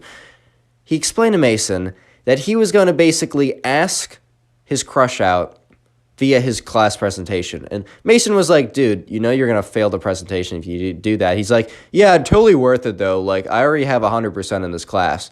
Also a lie, but whatever. So the Roblox Kid explains to Mason the details of what he plans to do. And I'm not going to explain to you the details because I just want to tell you what actually happens without spoiling it. But let me just say that, Mason was sitting there and was like, no shot this kid actually does this. Like, that's insane. But he also thinks to himself, if this kid actually, the Roblox Kid, if he actually does this, right? If he actually does this, This is the instant humble. This is the instant karma. This is the thing that will bring him back to earth. This is what he needs, man. Just a little public humiliation is good for the soul. So Mason does something that maybe you guys might not be the biggest fan of. Maybe Mason wasn't the greatest guy on planet Earth for doing this, but I honestly don't blame him, and it does make it for a better story. Mason tells the Roblox kid, hey man, that's a great idea.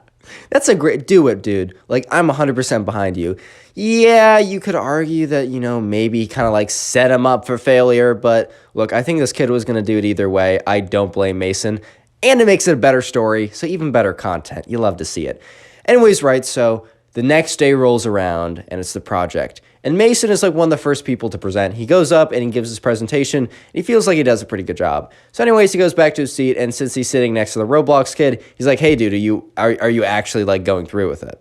And the Roblox kid's like, yeah, of course. And Mason's like, all right, dude, good luck.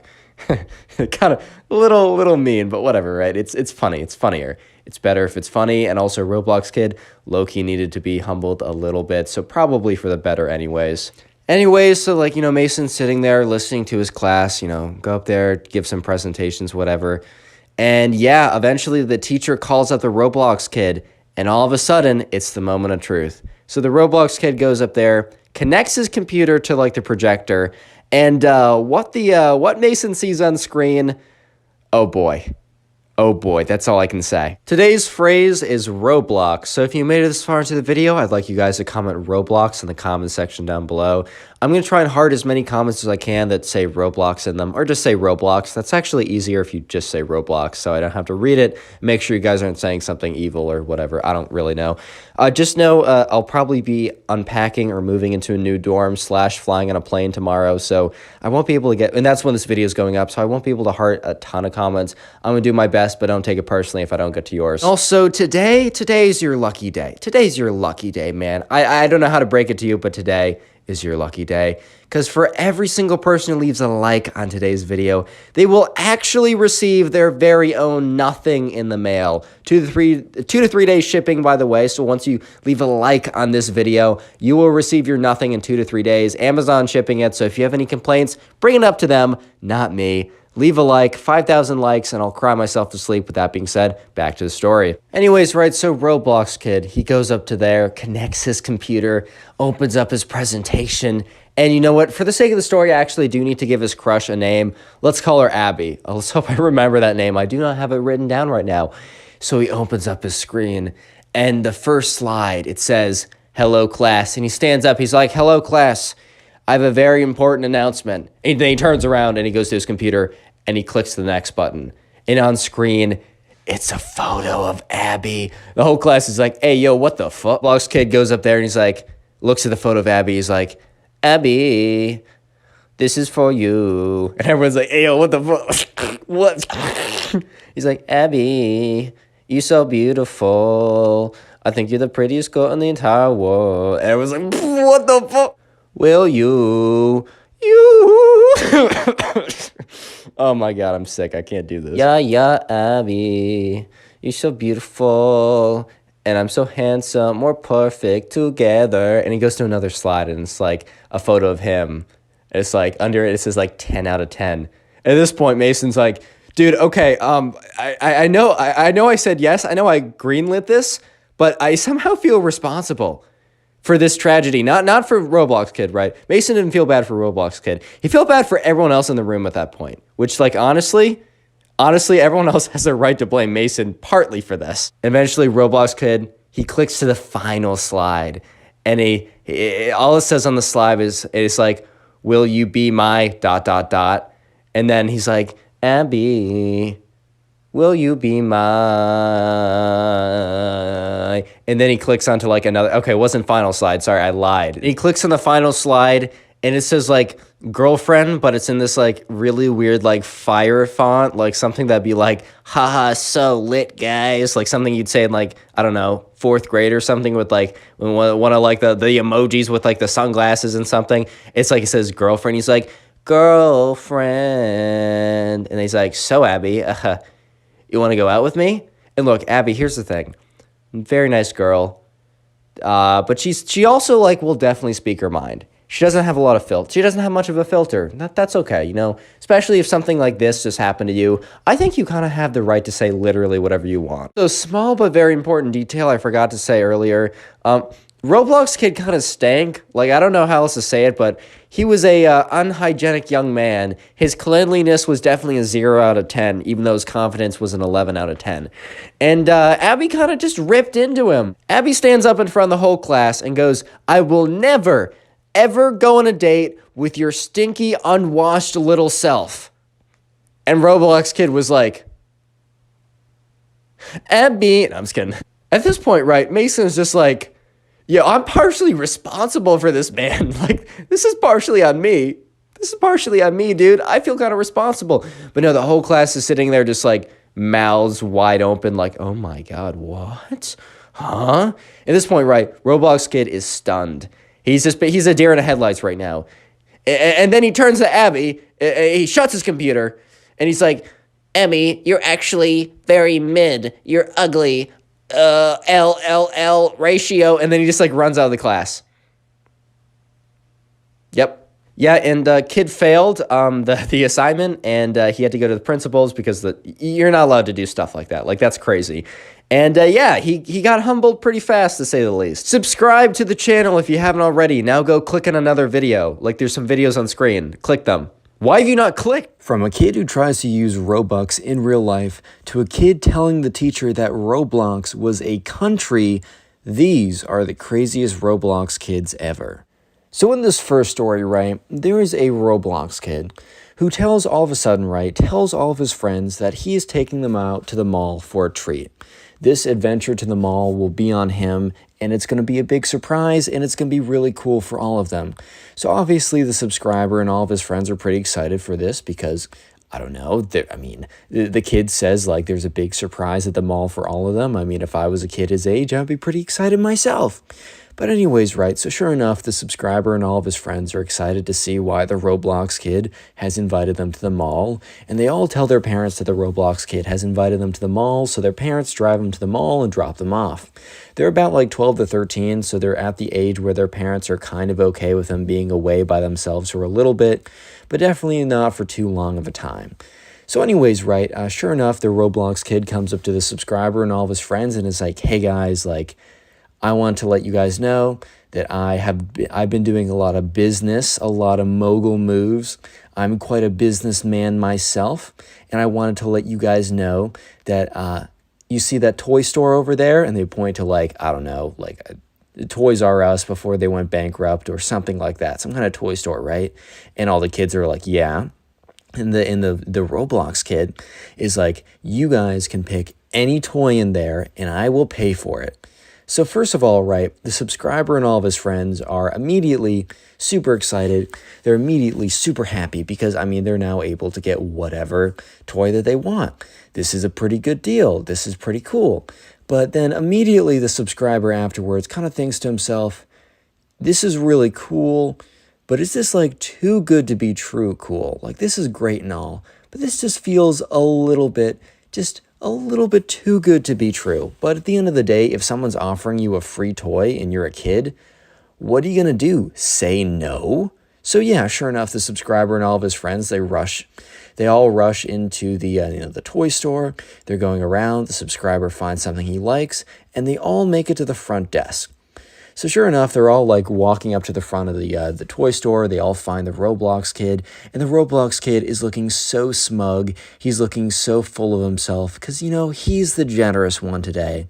He's the one who's buying all of them a gift because out of his generosity, he feels like it's time for him to give back, guys. It's time for him to give back. When in reality, he is, you'll see. So sure enough, they all get to the register, and they start ringing it up. And the subscriber watches as like 15 kids ring up toys. And they're not ringing up like a pack of Pokemon cards, which is like $5, which is still $5 is a lot for a pack of cards. They're ringing up like legit $20, $30, $40, $50, $100 toys. Like they find the craziest toys that their parents would never buy them. And if I don't know, man, if the Roblox kid says, "Hey man, I'm going to buy them," then they're like, "Okay, dude, then here we go. So sure enough, they all go to the front and they ring up all these toys. The total is like legitimately $1,500. I don't think there's ever been a case at this store that a single person has rung up this much money, this many items. So sure enough, like the guy behind the cash register is kind of looking at them very suspiciously. Because I don't know about you, but I would definitely be suspicious if a bunch of like 12-year-olds came up to the front of a toy shop and rung up $1,500 worth of items. Like, I don't know about you, but I would be at least a little bit suspicious. So yeah, sure enough, right? The cash register, the cashier is like, okay, that's going to be $1,500. And he says it with kind of a confused look because it is $1,500. And he looks at the kids and he's like, okay, so are your parents here to pay for it? And all the kids, including the subscriber, they all turn over and they look at the kid, the Roblox kid, who promised that, he would be paying for all of this.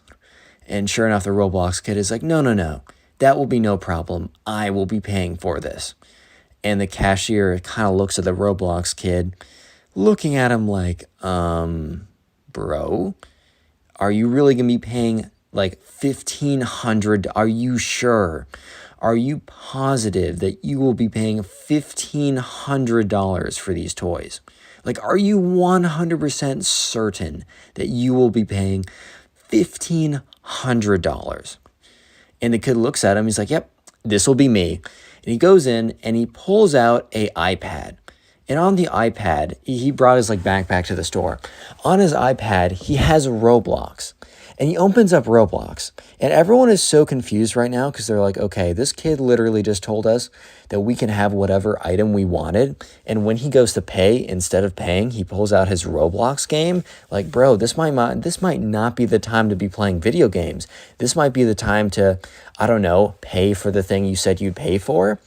But sure enough, right, the Roblox kid, what he ends up doing is he pulls up his Roblox account and it says that he has 2,000 Robux. And he goes and shows the cashier and he's like, hey man, so I have 2,000 Robux. Well, this should be more than enough to cover it. And everyone is looking, all the kids are looking at the Roblox kid and they're just assuming, oh, this is a joke, right? Like he doesn't actually expect the cashier to accept Robux as a legal tendency, as legal tender. He doesn't actually expect the cashier to accept his Robux to pay for the $1,600 worth of toys, right? And that's when it all made sense to the subscriber. This kid didn't have $1,500. He had 1,500 Robux. And I think the kid must have assumed that there was a one-to-one conversion between this fake virtual currency that you can buy stuff on Roblox on and the actual US dollar. So sure enough, the cashier looks at this kid and kind of just gives him a long look of like, I know you don't know any better, but still, seriously? Like, seriously? So the cashier has to inform this kid that no, he cannot pay with Robux. Sorry to break it to you. Robux is not legal tender and he cannot pay with it. So the kid starts to realize that he cannot pay with his Robux. So he has to turn around and tell everyone that, hey guys, sorry to break it to you, but you got to turn around and put all the stuff you just got back. Yeah, all that stuff you just got out, you got to turn around and put it back. I'm sorry to say, it's almost like that episode of Scott's Tots from The Office. It's that one episode you watch once and you can never watch again. Yeah, so sure enough, he had to tell every kid to walk back and put back the toys. And yeah, for the rest of the 20 minutes before the parents came and picked them up, it was mad silent because everyone was pretty mad at the kid. I think the subscriber wasn't that mad because he realized it was a genuine mistake, but everyone else was pretty mad at this kid, and it was pretty funny. But if you thought that this Roblox kid was crazy, you weren't ready for the next one. So this all started one day in class. So basically, for some reason, there was a discussion going on. And the discussion entailed, I don't even know how this conversation came up. The subscriber doesn't remember how this conversation came up. But basically the question of, is Roblox real or not? And basically, there is a kid in the class who we're going to call the Roblox kid, who's basically arguing with the teacher that Roblox was a country. So yeah, they were talking about countries, and they were going over countries in Europe. And the Roblox kid was convinced that Roblox, the game he played, was based on a real country in Europe. So anyways, they were going on the map, and the teacher's like, hey guys, does anyone want to come up to the board and like write down 3 countries that you know exist in Europe? So someone would come up and they would write, I don't know, France, Italy, Slovenia, I don't know, something like that. And that's when the Roblox kid went up and was like, I don't know, Italy, Germany, Roblox. So everyone looked at the Roblox kid and kind of gave him a double take of like, are you sure you meant to write that, bro? Like, are you positive? When the kid wrote down that Roblox was one of his answers. Because I don't know if you guys know this, but Roblox is not a country. It is, in fact, a name of a video game. But sure enough, the kid was very confident with his answer and kind of like walked back down like nothing happened. Half the class looked at the board confused. The other half kind of burst out a little bit into laughter. And the teacher must have had a son who played Roblox. He's like, hey, don't write down like funny jokes on the board. This is serious. Like write down 3 countries, like erase this and write down a 3rd country if you can. And the Roblox kid legitimately looks at the teacher with this look of confusion, saying, I wrote down 3 countries. And the class laughs again, or at least the part of the class that laughed before. And the teacher's like, that's not funny. Like, Roblox is a video game. It's not a country. Come on now. I have a son who plays it. Don't think you'd be able to pull this a fast one beyond me. And the kid legitimately looks at this guy and is like, I don't know what to say. Roblox is a country. Like, I know it's a video game, but it's based off a real country in Europe. And the teacher is just looking at this kid, and the subscriber is just trying to realize the subscriber first thought this kid was like pulling a prank on everyone by just how goofy this was. But apparently, this kid legitimately believed that Roblox was a real country in Europe. So sure enough, the teacher and the kid have this back and forth that legitimately lasts like 5 minutes of Roblox is not a country, bro. And then the kid's like, dude, Roblox is a country. And then the teacher's like, Roblox is not a country last time I checked. And once again, the kid's like, no, Roblox is a country and that is final and that is a fact. And the teacher's like, no, it kind of goes back and forth like this for a while. And this is when the kid starts to get angry. And he starts yelling at the teacher, no, Roblox is a country. And at this point, the teacher's like, don't raise your voice at me. Look, you know what? How about this? If we go on the globe right now, because the teacher had a globe, like, you know, those like real life spinning globes or whatever. The teacher had a globe. So the teacher's like, you know what? All right, let's have a bet. If I go on here and I find that, you know, Roblox is actually on the globe, or if you can find Roblox is actually on the globe, then guess what?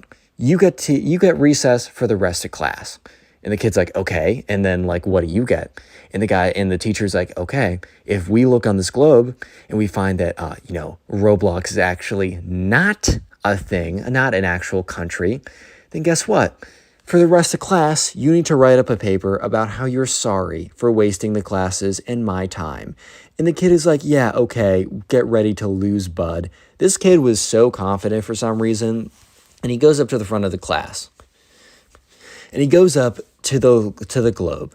And he's looking at the globe. And he goes over to Europe. And he's like, I'm pretty sure it's next to France. And he looks next to France. And sure enough, Roblox, the country, does not exist.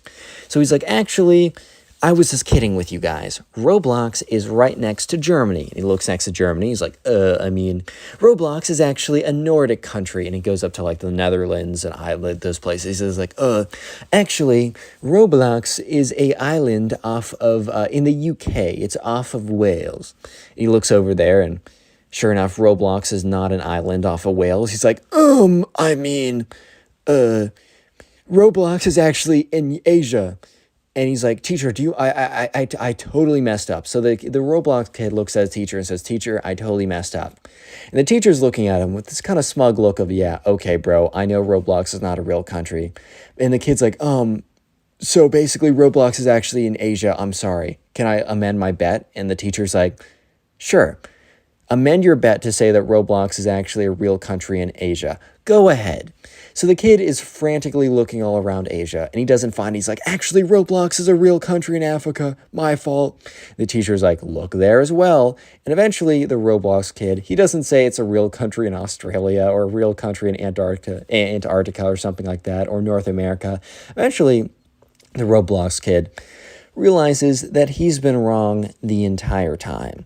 And the Roblox kid sees that there's 10 minutes left of class, and he's like, I think this globe is outdated. And the teacher's like, nope, look at the date. And sure enough, the globe was bought 2 years ago. So the Roblox kid is starting to be in a stage of denial. He's like, no, you changed this globe last minute so that it wouldn't have Roblox, the country. And so the teacher's like, all right, well, we can use my computer and look up Roblox, the country. We can look up global maps that are updated daily and that I don't control. And if Roblox isn't there, then I win. And at this point, I think the Roblox kid realized that Roblox was not actually a real country, but he was just super stubborn. So he said, you probably just hacked the internet. And the teacher's looking at him. He's like, really? I hacked the internet? And this kid was just looking at the teacher. And this teacher was just looking at the kid, and they were just looking at each other. And the kid literally bursts out crying and runs out of the class. Click on the video on screen right now. I know you'll enjoy it. Just click it, do it. So spoiled kids are extremely annoying. They're super entitled. And today, a spoiled kid just starts getting away with so much and just is so annoying that he actually makes the teacher, who's been teaching for 15 years, quit their job. Yeah, this is a pretty crazy one, so buckle up, subscribe if you're new to the channel and enjoy story videos, and let's just jump right on into it. So we're going to call the subscriber who submitted today's story Luke. So anyways, in Luke's class, there was a kid who we're just going to call the spoiled kid, and they had a pretty major assessment that was coming up. So the teacher decides to put Luke and all the other classmates, including the spoiled kid, into small groups to review. So basically, they've had an entire week to study for this test. It's one of the major tests that will have a pretty big impact on the grade. So they're put into small groups to kind of just go over material, just kind of go over stuff that they need to do. And so they're in the small groups, and Luke happens to be put into a group with the spoiled kid. And the spoiled kid almost immediately starts, I don't know if it's bragging or just, I don't know what this is. I think it's bragging, but I'm not sure. He starts telling everyone in a bragging tone that he has not studied at all. So all the kids, including Luke, look at him a little bit confused and also a little bit concerned, because this wasn't some easy class that you could kind of figure out. I think this was biology or something. It's one of those classes where it is really memorization based. And in maybe some, I don't know, other types of classes, you can kind of wing it. However, in memorization, heavy classes, it's a lot harder to wing it because it's less about common sense and more about information recall, which you can't really wing information recall unless you're literally attached to the internet through Elon Musk's Neuralink or whatever, right? So yeah, the kids in Luke's group with the spoiled kid kind of looked at the spoiled kid with this look of concern. It genuinely just concerned about him because they're like, bro, how are you actually going to make it through this exam? Because Luke and all the other kids in the class had actually been studying for this for a while. Because I think this was actually an AP class. I think this was AP high school biology, which is known for being a very difficult class. I mean, different classes, different schools can teach it at different levels of difficulty, but it is overall a very difficult class. So Luke pipes up and says, bro, you should probably start studying, for your own good and your own, success. You should really consider, studying, bro. You really should consider studying. And the spoiled kid looks at them and says, no, not have I only not studied, but I don't plan to study at all. And guess what, guys? I'm going to get an A, and I guarantee it. So all of them look at the kid like he's completely delusional, which, I mean, he is a little bit, but also he knows the thing that they don't know. His daddy's a big shot freaking lawyer, bro. Yeah, so basically the spoiled kid had a father who was a lawyer and was one of the most successful lawyers in their state. He was always representing he was doing all of these things, right? And he also ended up owning his own law firm. He was very powerful, very successful. And here's the thing, they're children of successful people, and sometimes they turn out to be, really great driven individuals who are humble and grounded, and they just happen to have more resources at their disposal. So sometimes they use that just to, to elevate themselves and to be able to do even more. However, other kids sometimes will let the kind of like the resources and power that, their parents and family have go to their heads as if they were the ones who rightfully earned it, right? As if they didn't just luckily spawn into existence into the right family, dude. Yeah, so this sort of entitlement definitely followed around Luke. And unfortunately, the spoiled kid. And unfortunately, the spoiled kid's parents completely encouraged this type of behavior.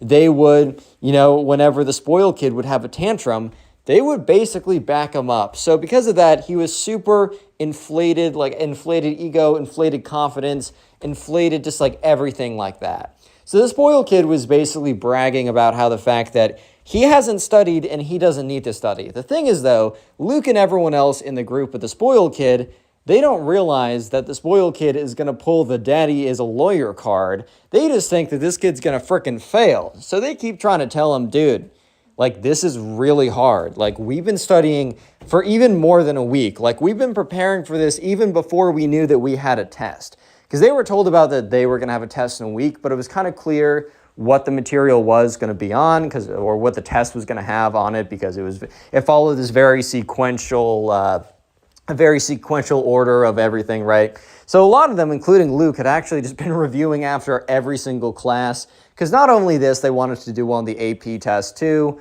and so it makes a lot of sense to review as you go along, not even just for tests. It'll make studying for the AP a lot easier. Have you guys ever taken an AP class in high school? If you have, let me know down below. I took a few, but anyways, right, so Luke is looking at this kid in this kind of like feeling of like, oh geez, bro's actually gloating about failing. Yeah, so little did he know that the spoiled kid had a trick up his sleeve. So anyways, after the spoiled kid brags about not studying and not planning on studying, but thinking that he was going to do super well, everyone in the group just assumed that, okay, we tried to warn this kid that this is a hard exam. He's not heeding our warning, so like at the end of the day, what can we actually do? Like, what can we actually do about it? The answer is probably nothing. So they decide that they're going to go ahead and continue on doing what they're supposed to be doing in the first place, which is studying for the big exam. So yeah, sure enough, they study for the rest of the period, and the spoiled kid just completely goes on his phone, not even paying attention. So in other stories, like the schools have been stricter about going on your phone. However, this school, it's kind of less enforced. There is a rule against blatantly going on your phone in class, or at least teachers are given the ability to enforce the rule really strictly. However, this teacher really did kind of abide by the, if you want to learn, you'll learn. If you want to like goof off or whatever, you can goof off. Especially since this is an AP test, it's like the teacher probably is thinking, if you don't want to study for the AP test that you're paying for and need for college, I mean, go for it. Like, if you want to do all the studying on your own, or like not pay attention to my class, like I'm not going to like force you to. So the spoiled kid was literally just on his phone the entire time while everyone else was preparing for the exam. So finally, the next day, Friday, comes in, and it is the first exam. It's really difficult, or at least that's what Tom says. And even the people who put in a lot of effort, including himself, and studied, they did pretty tough. Like, it was really hard. And by, like, the average was like a B-, which a B- is not a bad grade, but it's definitely like, I'd say average grades for a lot of things are like B's, high B's, not really A's, not really C's, unless you're in like a college physics class or something. Hey guys, the average is at 24%. Congratulations, you all did amazing. It's not like that. This is still high school. However, let me just say that the spoiled kid was the very lowest score. So basically, the teacher goes on the board before handing out the tests and says, all right, guys, so before I hand back the tests, I kind of just want to show you how this like scatters out. I know some teachers who do this, and it's always kind of interesting, but also a little humiliating if you learn that you actually did the worst. So he says, all right, so he goes on the board and he says, the high on this test was a 90, and the lowest score was a 12. And he said, and then he kind of like drew a kind of like, one of those like bell curves, but he didn't do it like a standard distribution. He kind of like had the curve go way up around the 70 to 80 range. He said, okay, the majority of the test scores were in the 70 to 80 range. We had a few in the 50s, a few in the 60s, majority in the 70s, and a few and a lot in the low 80s. And 190, which was not 190, but 190%. He says that was the highest. So the teacher then goes ahead and walks around handing out the tests. And as soon as the spoiled kid gets his test, he looks at it, but he doesn't have a look of like shock. Like sometimes when spoiled kids are really arrogant and think that they'll just be a genius and be able to pass their test because of their sheer genius ability and epic mind because they were always told by their parents that they were geniuses. No. So not in this case. The spoiled kid in this case knew that he wasn't going to do well. So instead of having a shocked reaction, he looks at it and simply very calmly raises his hand. So the teacher, expecting like a little bit of commenting from the kid who got an 11%, right? But didn't really expect the commentary to come as a class question. The teacher kind of expected the spoiled kid to ask to meet with him after class or during a free period, and they'd go over the test together and how the spoiled kid can salvage his grade in this class. However, it looks like the spoiled kid wanted to get attention for this in front of the entire class, so, the teacher's like, however, whatever, right? So the teacher looks at him and says, yes, spoiled kid, what is it? So the spoiled kid looks at him and says, we're going to call him Mr. Davenport. Some of you guys have been asking, why is every teacher named Mr. or Mrs. Davenport? I used the name once, and then similar to me using Ben as the secondary character, I'm just not creative, and I like routine, so I've just been using it every time. So we're going to call the teacher Mr. Davenport. And Mr. Davenport looks at the spoiled kid and is like, yes. And the spoiled kid, stands up and looks at Mr. Davenport and says this in a forceful yet calm manner. This spoiled kid is a lot more, I don't want to say competent, but a lot more confident and a lot more tactical when he goes about being a spoiled brat. He looks at this teacher and says, if you do not change my grade to an A, I will sue you and the school. So the entire class was not quiet, not like speaking super loud, they weren't all talking, but what the light hum of kind of like a little bit of talking, a little bit of movement that was present before this kid said that cuts out immediately, and it is dead, empty silence.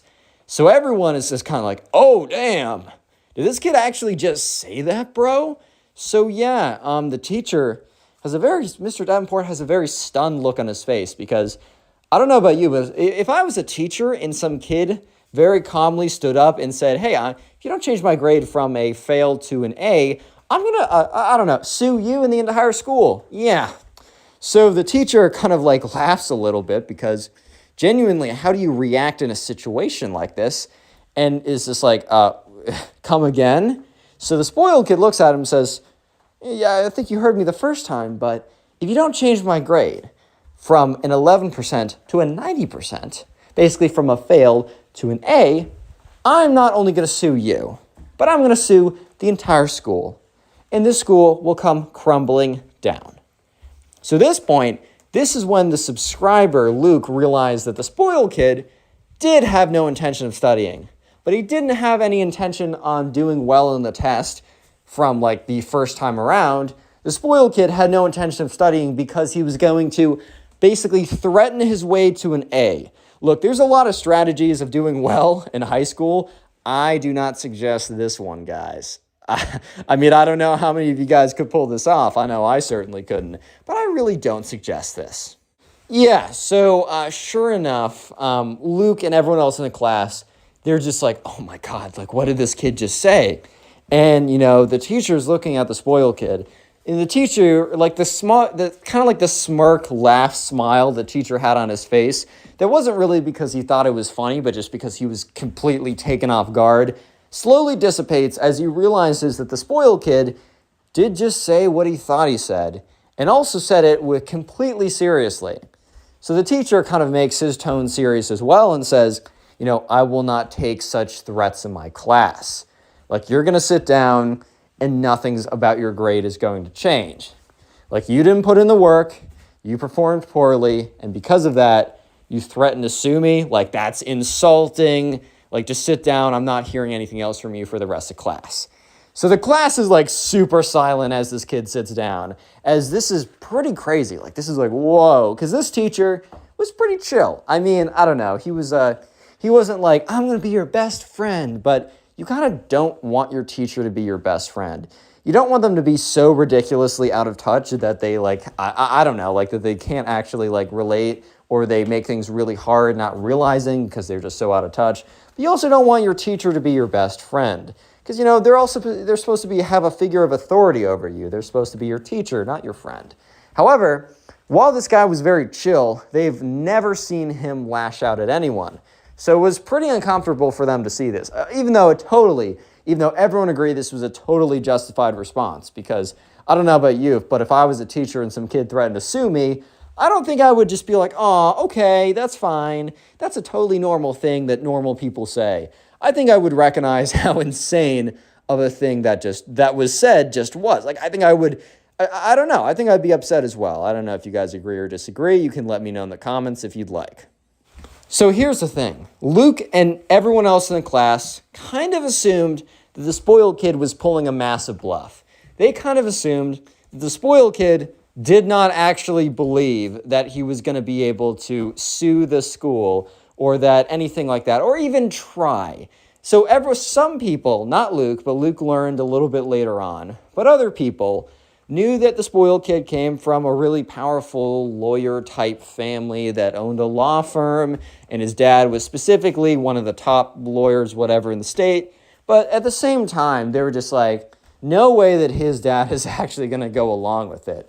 Like, even if the spoiled kid, right? The spoiled kid might say, I'm going to sue you. But at the end of the day, the spoiled kid is not going to sue the teacher nor the school. It would really be the parents who own the law firm, or sue them individually. Who even knows, right?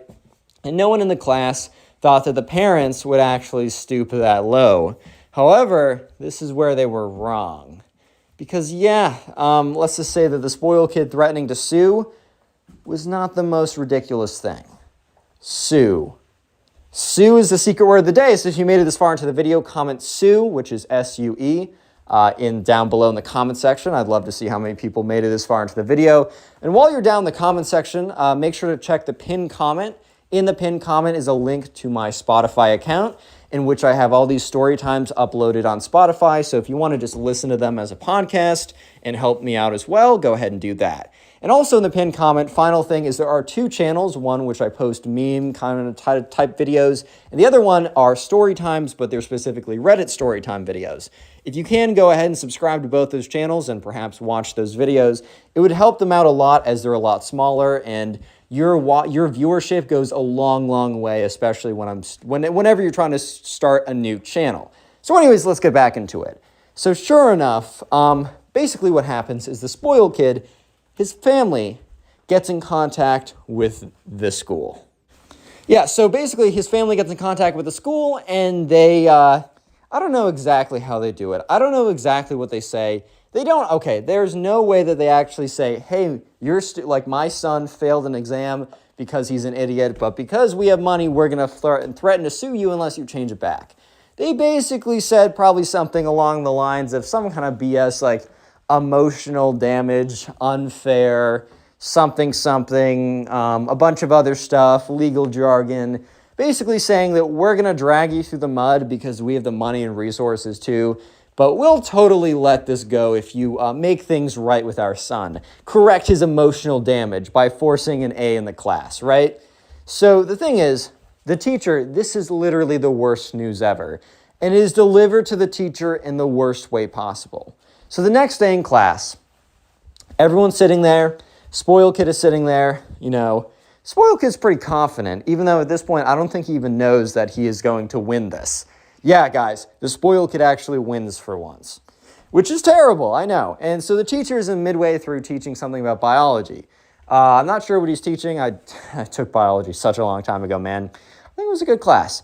But anyways, one of the faculty/staff members walk into the room. They say, hey, Mr. Davenport, can I just talk to you for a second? And Mr. Davenport's like, okay. Mr. Davenport walks outside, has a conversation. So the thing is, the subscriber Luke doesn't 100% sure know that this was a conversation exactly when Mr. Davenport learned the truth. Or not the truth, but what he had to do.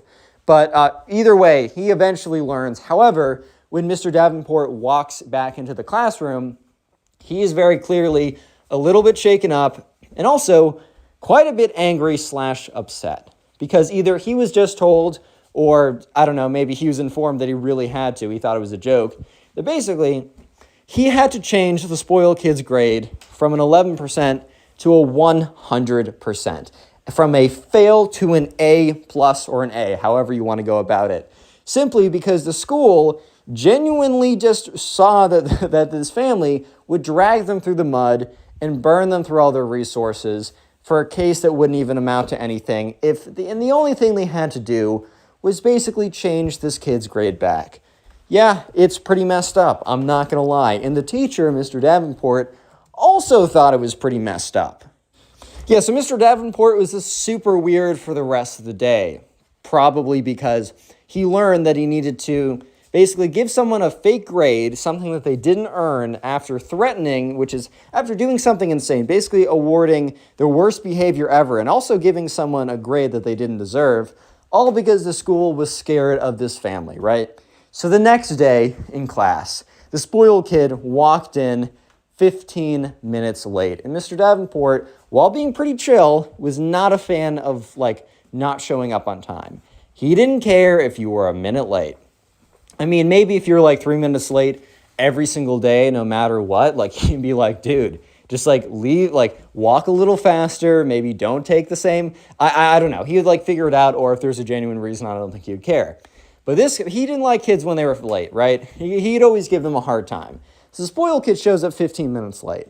And the reason why the spoiled kid showed up so late was not because, I don't know, he got out of class late, or even because a genuine reason. The reason was because the spoiled kid learned from his parents that the school had instructed Mr. Davenport to change his 11% to 100%, and that he was going to have to go through with it. So at this point, the spoiled kid basically learns that he won and that Mr. Davenport will be forced to do whatever he says, practically. So the spoiled kid walks in 15 minutes late. Mr. Davenport turns to him and says, "Why are you 15 minutes late?" The spoiled kid says, I didn't feel like coming here on time. I come on my own schedule. And Mr. Davenport's like, no, that'll be deducted from your grade. You got to be showing up on time. You can't be showing up 15 minutes late. And the spoiled kid's like, I don't know, Mr. Davenport. I kind of think I can do whatever I want. So yeah, he sits down, and Mr. Davenport is very, very obviously very angry and steaming. However, he also seems a little reserved, a little bit held back. And Luke has no idea that the school has told Mr. Davenport that he needs to change his grade. So at this point, Luke is massively confused, because he's like, wait a minute, this kid just blatantly disrespected Mr. Davenport, and he looks and sounds extremely angry, but he didn't pursue this. This makes literally no sense. So Mr. Davenport just starts teaching, tries to get through it, and that's when the spoiled kid basically just keeps taunting him. Spoiled kid raises his hand, because Mr. Davenport asks a question. And the spoiled kid raises his hand and says, doesn't really matter for me, might matter for those guys. I don't know the answer, and I don't really care. And everyone in the class is just so confused by this answer. They turn around and they look at him. They're just like, what? And then after turning around and looking at the spoiled kid, they immediately turn to Mr. Davenport, because they're like, oh my God, Mr. Davenport's going to chew him out again. Some of them are rooting on for Mr. Davenport to just rip him a new one, because they're like, this kid is literally the worst. He sucks, and I really like seeing a spoiled kid getting owned by their teacher, right? However, Mr. Davenport looked at him, and Mr. Davenport gave a long, cold stare, but he didn't say anything. And Luke was so confused. Luke was going to learn the truth in a couple of minutes. Stick around, as Mr. Davenport does kind of blow up on him in class. It's very entertaining. But anyways, Luke is just really confused at this point. He doesn't know what's going on, and he's like, what? Why is he putting up with this? So finally, the spoiled kid, after Mr. Davenport goes back to teaching again, the spoiled kid basically breaks the last straw. It's the last straw that broke the camel's back at this point. So the spoiled kid just starts playing a video on his computer. So kids weren't even really supposed to have their computers out, but for some classes, you bring a computer in, and for other classes, the teacher would be like, hey, can you not have your computers out? And biology was one of the classes where the teacher asked very nicely, like, don't have your computer out. We don't have any need for it. And I know it's just going to be a distraction. Because let's be real, guys. If you have your computer out in class, if you're not playing Jump or the dinosaur jump game or Slither.io, or if you're not just like doing stuff on it, bro, what are you doing on that computer? I guarantee you, bro. I sometimes sit in the back and I have a full perspective of everyone's computers. No one is doing what they're supposed to be doing, which in most cases is just paying attention. They're not paying attention, bro. If I'm a teacher, those computers are shut. Because I know for a fact, no one's paying attention to me if their computers are open. That's kind of how it goes. But the spoiled kid not only takes out his computer, but he starts really loudly watching a movie. Like you hear the 21st Century Fox thing, like the da-da-da-da, like very loudly. It's very clearly a movie. So the whole class turns around again and sees the spoiled kid put his feet up on his desk, recline back, and literally opens up his backpack and pulls out a thing of popcorn. Yeah, the spoiled kid was planning his moves to be as disrespectful as possible. He literally popped popcorn in advance just so that he could be disrespectful to Mr. Davenport. Yeah, I'm not even kidding here. So at this point, Mr. Davenport stops what he's doing and he asks nicely, like, spoiled kid, could you please not play a movie in class? And once again, Luke and everyone else in the class is like, huh? Like, why is Mr. Davenport not going in? Like, he would go in on anyone else, and some of the kids were probably getting a little bit mad. Like, what is this special treatment to such a jerk of a kid, right? And the kid's like, nah, I don't think so. And he literally just continues to watch, and he pops more popcorn. And that's when Mr. Davenport just freezes. He doesn't say anything for literally 60 seconds. I think Mr. Davenport was was really thinking, and what I'm about to do, is it really worth it? And eventually Mr. Davenport came to the conclusion, yes, what I'm about to say is worth it. So Mr. Davenport takes walks over to his desk, has all these papers on it, and literally swipes all the papers off angrily and forcefully. Papers go flying, and as he does it, he says, I'm done. And the whole class is like, oh my God. He's like, that's it. I quit. Mr. Davenport has been a teacher for over 10 years. And one thing that the kids don't know about Mr. Davenport is that he isn't like a lot of teachers. A lot of teachers, they need their jobs, or not they need their jobs, but they don't get paid a lot as teachers, right? Unfortunately, one of the most important professions gets paid somewhat near the least, especially when you compare it to how important it is, right? So the thing is, Mr. Davenport was not like most teachers. Mr. Davenport wasn't originally a teacher. He actually made a lot of money being like a stock guy before. He was in hedge funds and stuff like that. However, he made enough money and then wanted to pursue something that he felt was more meaningful and where it didn't really matter how much he got paid. And that happened to be teaching. So Mr. Davenport was actually like a multi-millionaire, right? And he happened to work with the spoiled kid's dad. So he knows all about it, right? So Mr. Davenport, at this point, is really just teaching for fun.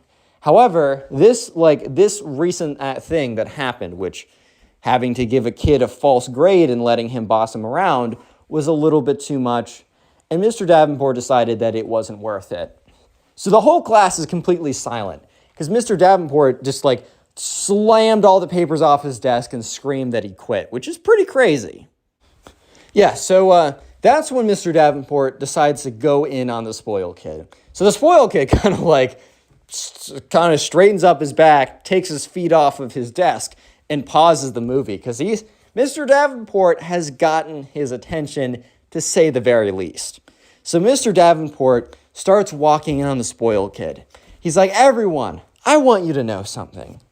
This kid's family threatened to sue the school.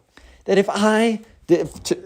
threaten to sue the school unless I change his grade from a pitiful 11% to 100%. And guess what? One of the faculty informed me that I needed to do this.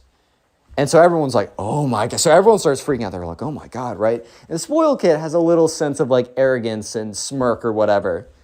And that's when the teacher goes in, Mr. Davenport's like, spoiled kid, you're so confident. You're so full of yourself.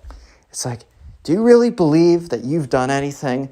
And the spoiled kid is like, my family, ... whatever. But Mr. Davenport catches him off. He says, yeah, your family, not you. You've done nothing. You've achieved nothing, and everything in your life is not because of you. You've contributed nothing.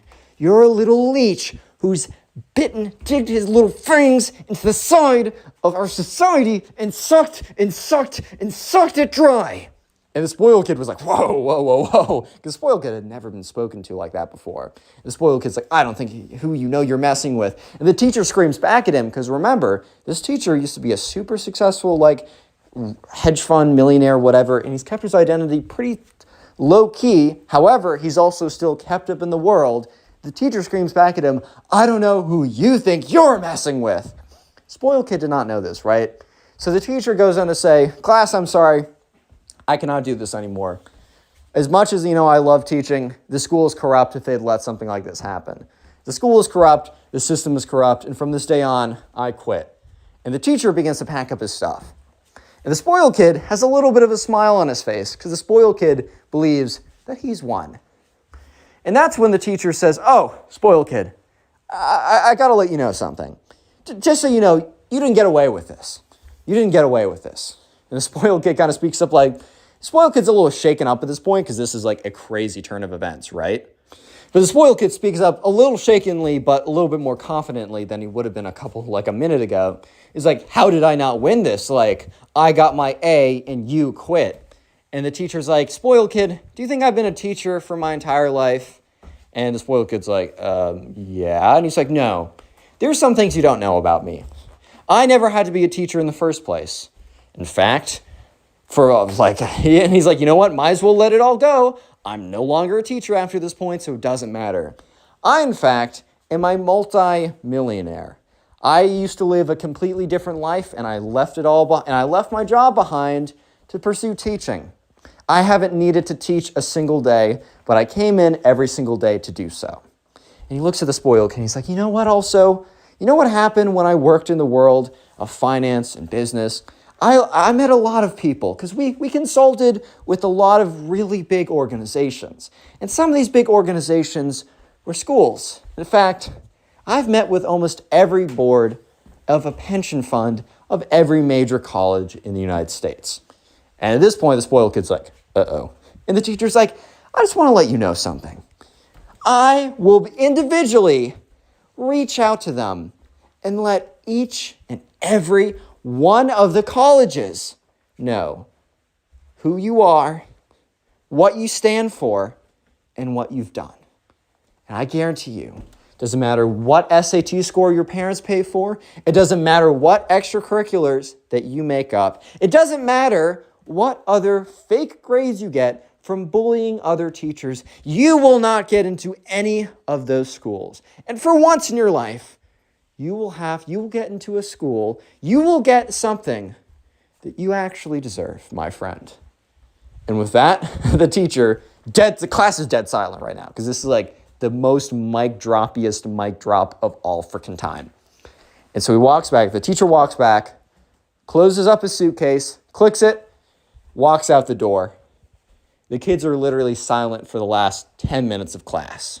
How's it going, everyone? Today we have a story time of probably one of the most spoiled kids on planet Earth.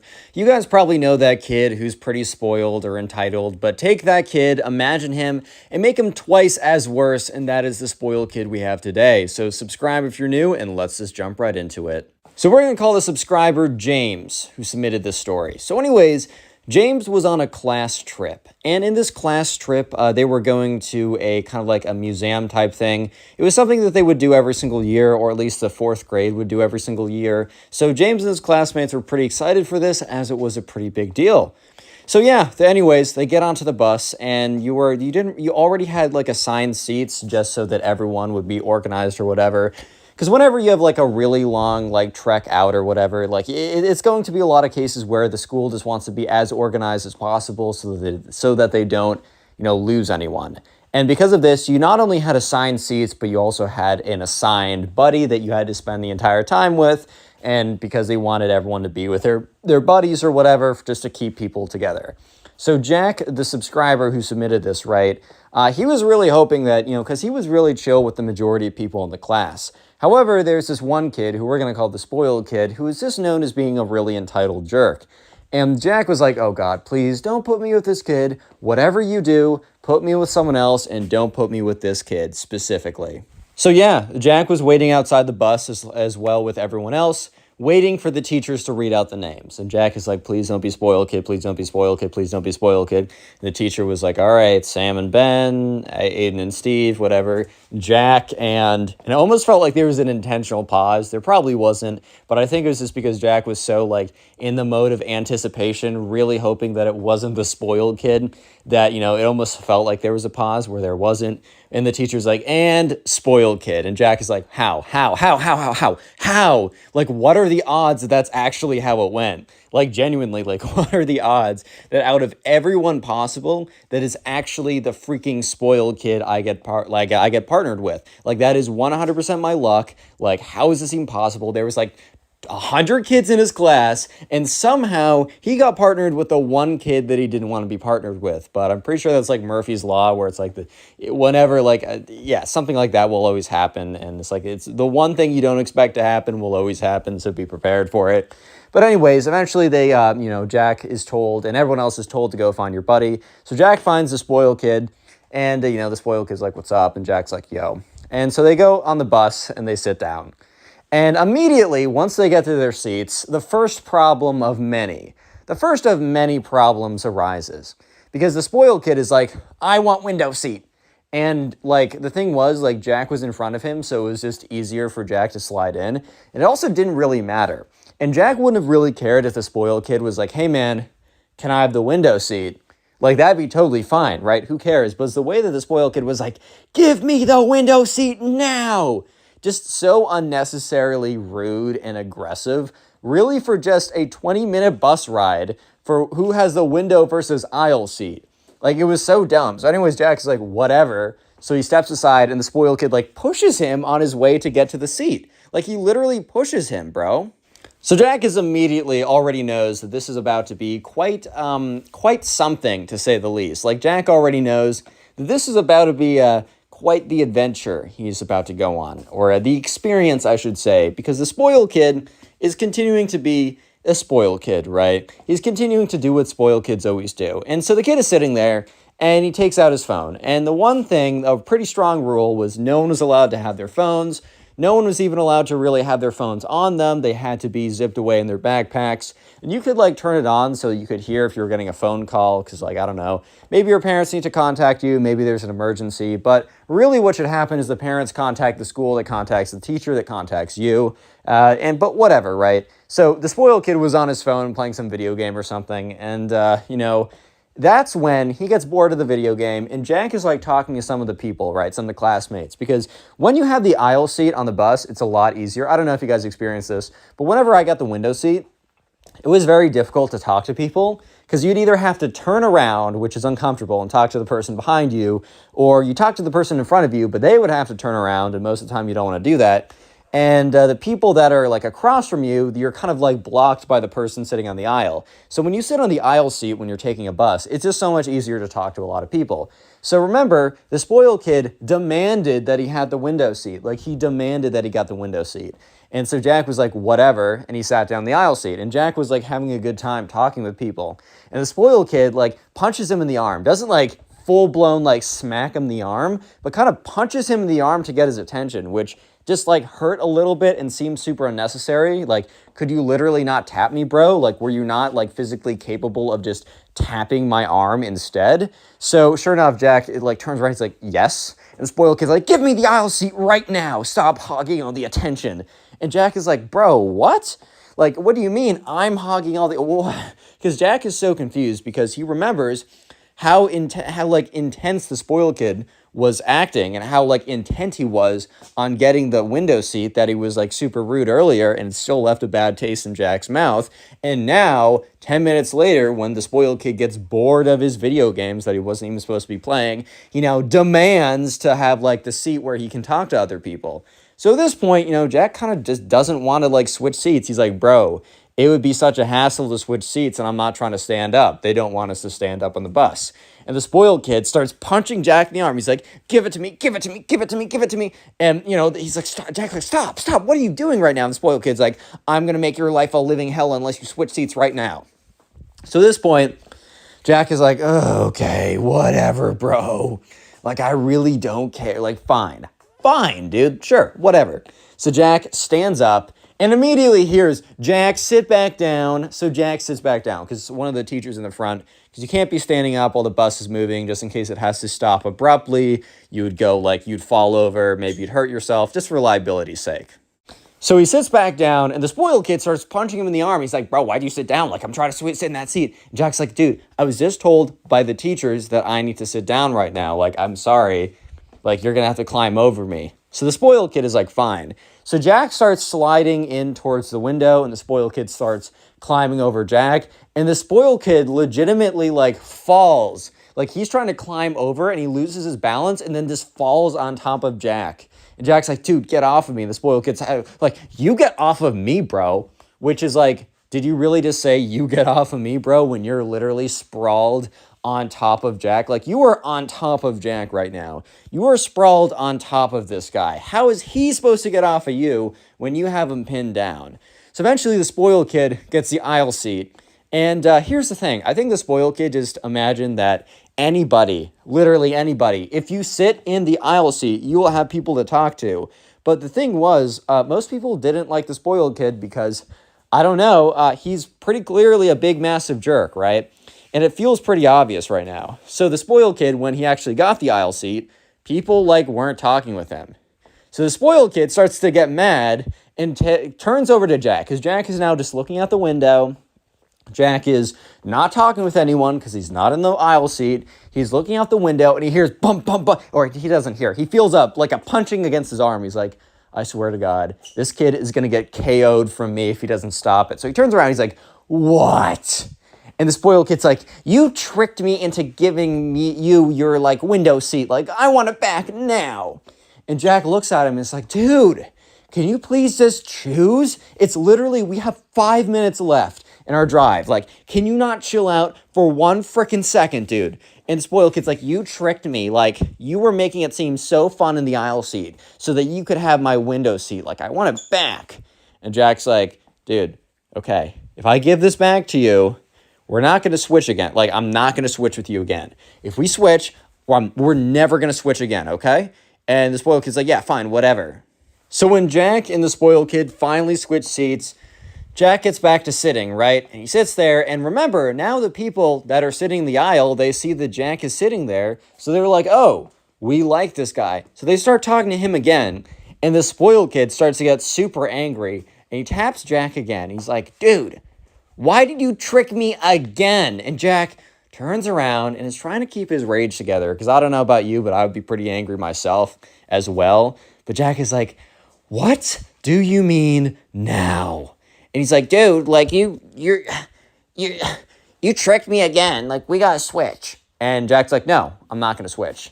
And so the spoiled kid's like, starts punching him. He's like, like, we gotta switch now. And Jack literally just clocks him in the arm as hard as possible. And the spoiled kid's like,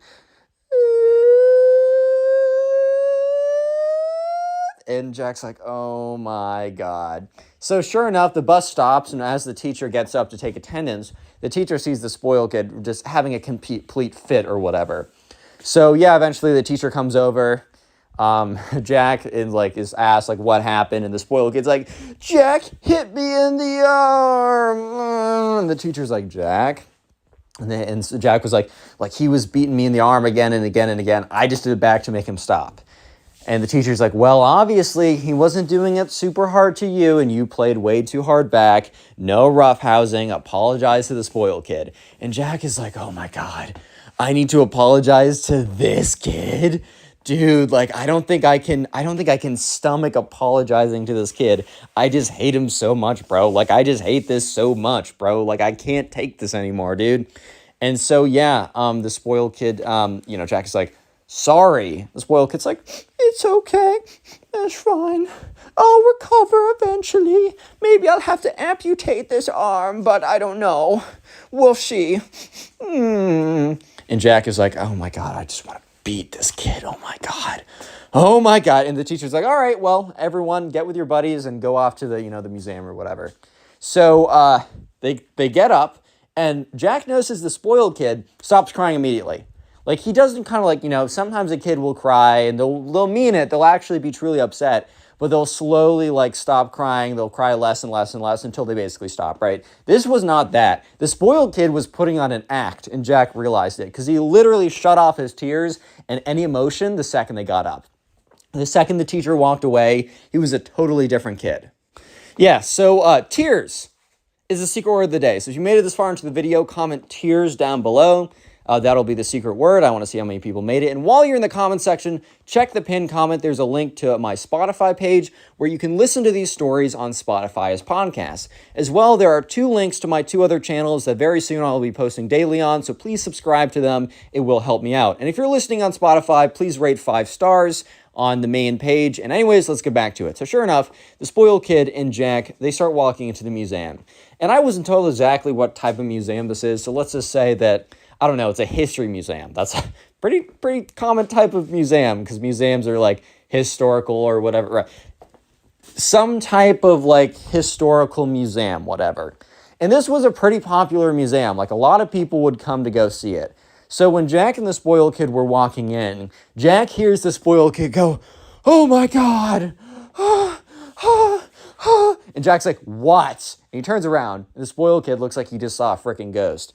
So Jack is actually kind of curious. He's like, "Dude, like, what is it?" He's like, "Look at all those people.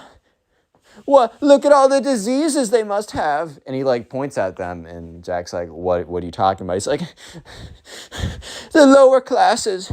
They're everywhere." And Jack's like, "Wait, what?" He's like, "Yes, the lower incomes. They're all around me. I might catch their disease and be like them. I can't have that happen. Oh." And Jack's like, "Dude, shut up. Like, what are you saying?" He's like, "Don't say shut up to me. I'm worried for you too, Jack. Even though you're probably one of the poors anyways. But you might become more like them." And Jack's like, "Dude, shut up. Oh my God, please." So the spoiled kid was like, "Jack, I need you to tell me. You're around the poors all the time, and you are one as well.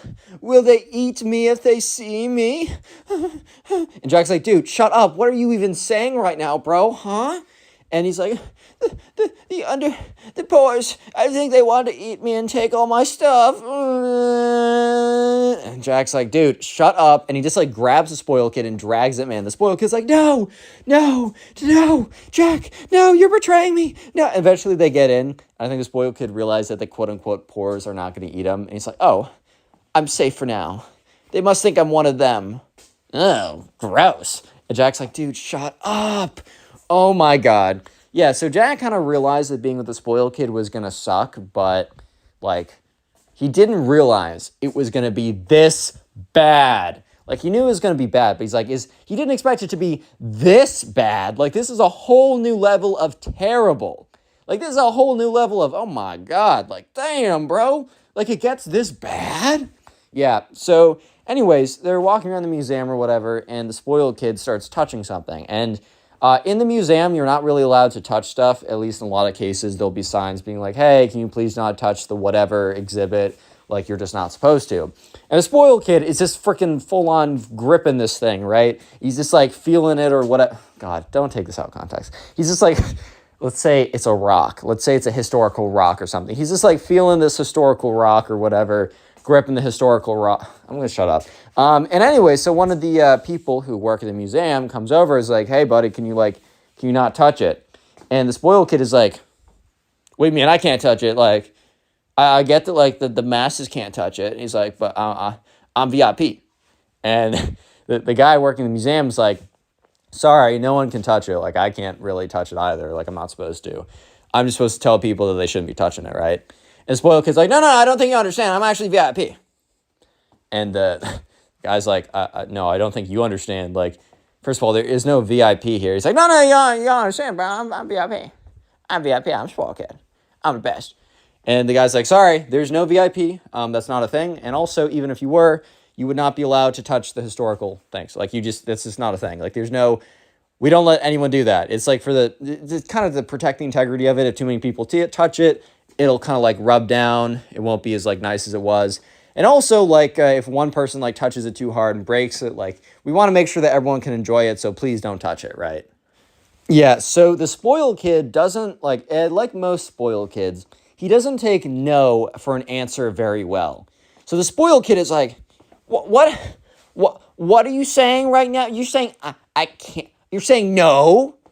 He says, you know what? Well, then, mister, I'm actually gonna take it. So the spoiled kid literally picks up the rock out of like the exhibit thing or like the museum thing and grabs onto it. Okay, so that's when the security guard's like, all right, we gotta take this seriously. So basically the security guard takes the thing out of his hand, puts it back, and says, where like your like parental figures or whatever. So Jack is like, okay. So Jack like calls over one of the teachers. The security guard explains that, you know, the spoiled kid can no longer be in the museum anymore. Like, he's caused too much of a ruckus. He needs to be removed, and says, like, as long as he isn't in the parts of the museum where there's actual exhibits, it's fine. So, yeah, the teachers are like, oh, geez, because they can't drive him back personally. So they're like, hey, can we just plop him in the gift store? And the guy's like, yeah, that's fine. And so Jack is like, okay, well, that sucks for him, haha. And Jack's about to walk away, and the teacher's like, Jack, where are you going? And Jack's like, wait, what? And the teacher's like, yeah, Jack, I mean, you're his buddy. I'm sorry to say, but you have to stick with him at all times. And Jack's like, no, dude, what? Yeah, so, yeah, unfortunately, Jack now has to stay with the spoiled kid in the gift store for like the next hour because the spoiled kid is just an idiot and can't keep his hands to himself. So Jack is walking to the store with the spoiled kid, and it's like dead silent for a second because Jack is like really upset. And the spoiled kid's like, after like a little bit, tries to break the silence. He's like, dude, can you believe them, bro? Like, that's actually so crazy, dude. Like, I can't believe that they would like so unrightfully throw me out. Like, that's crazy, dude. Like, that's unheard of, bro.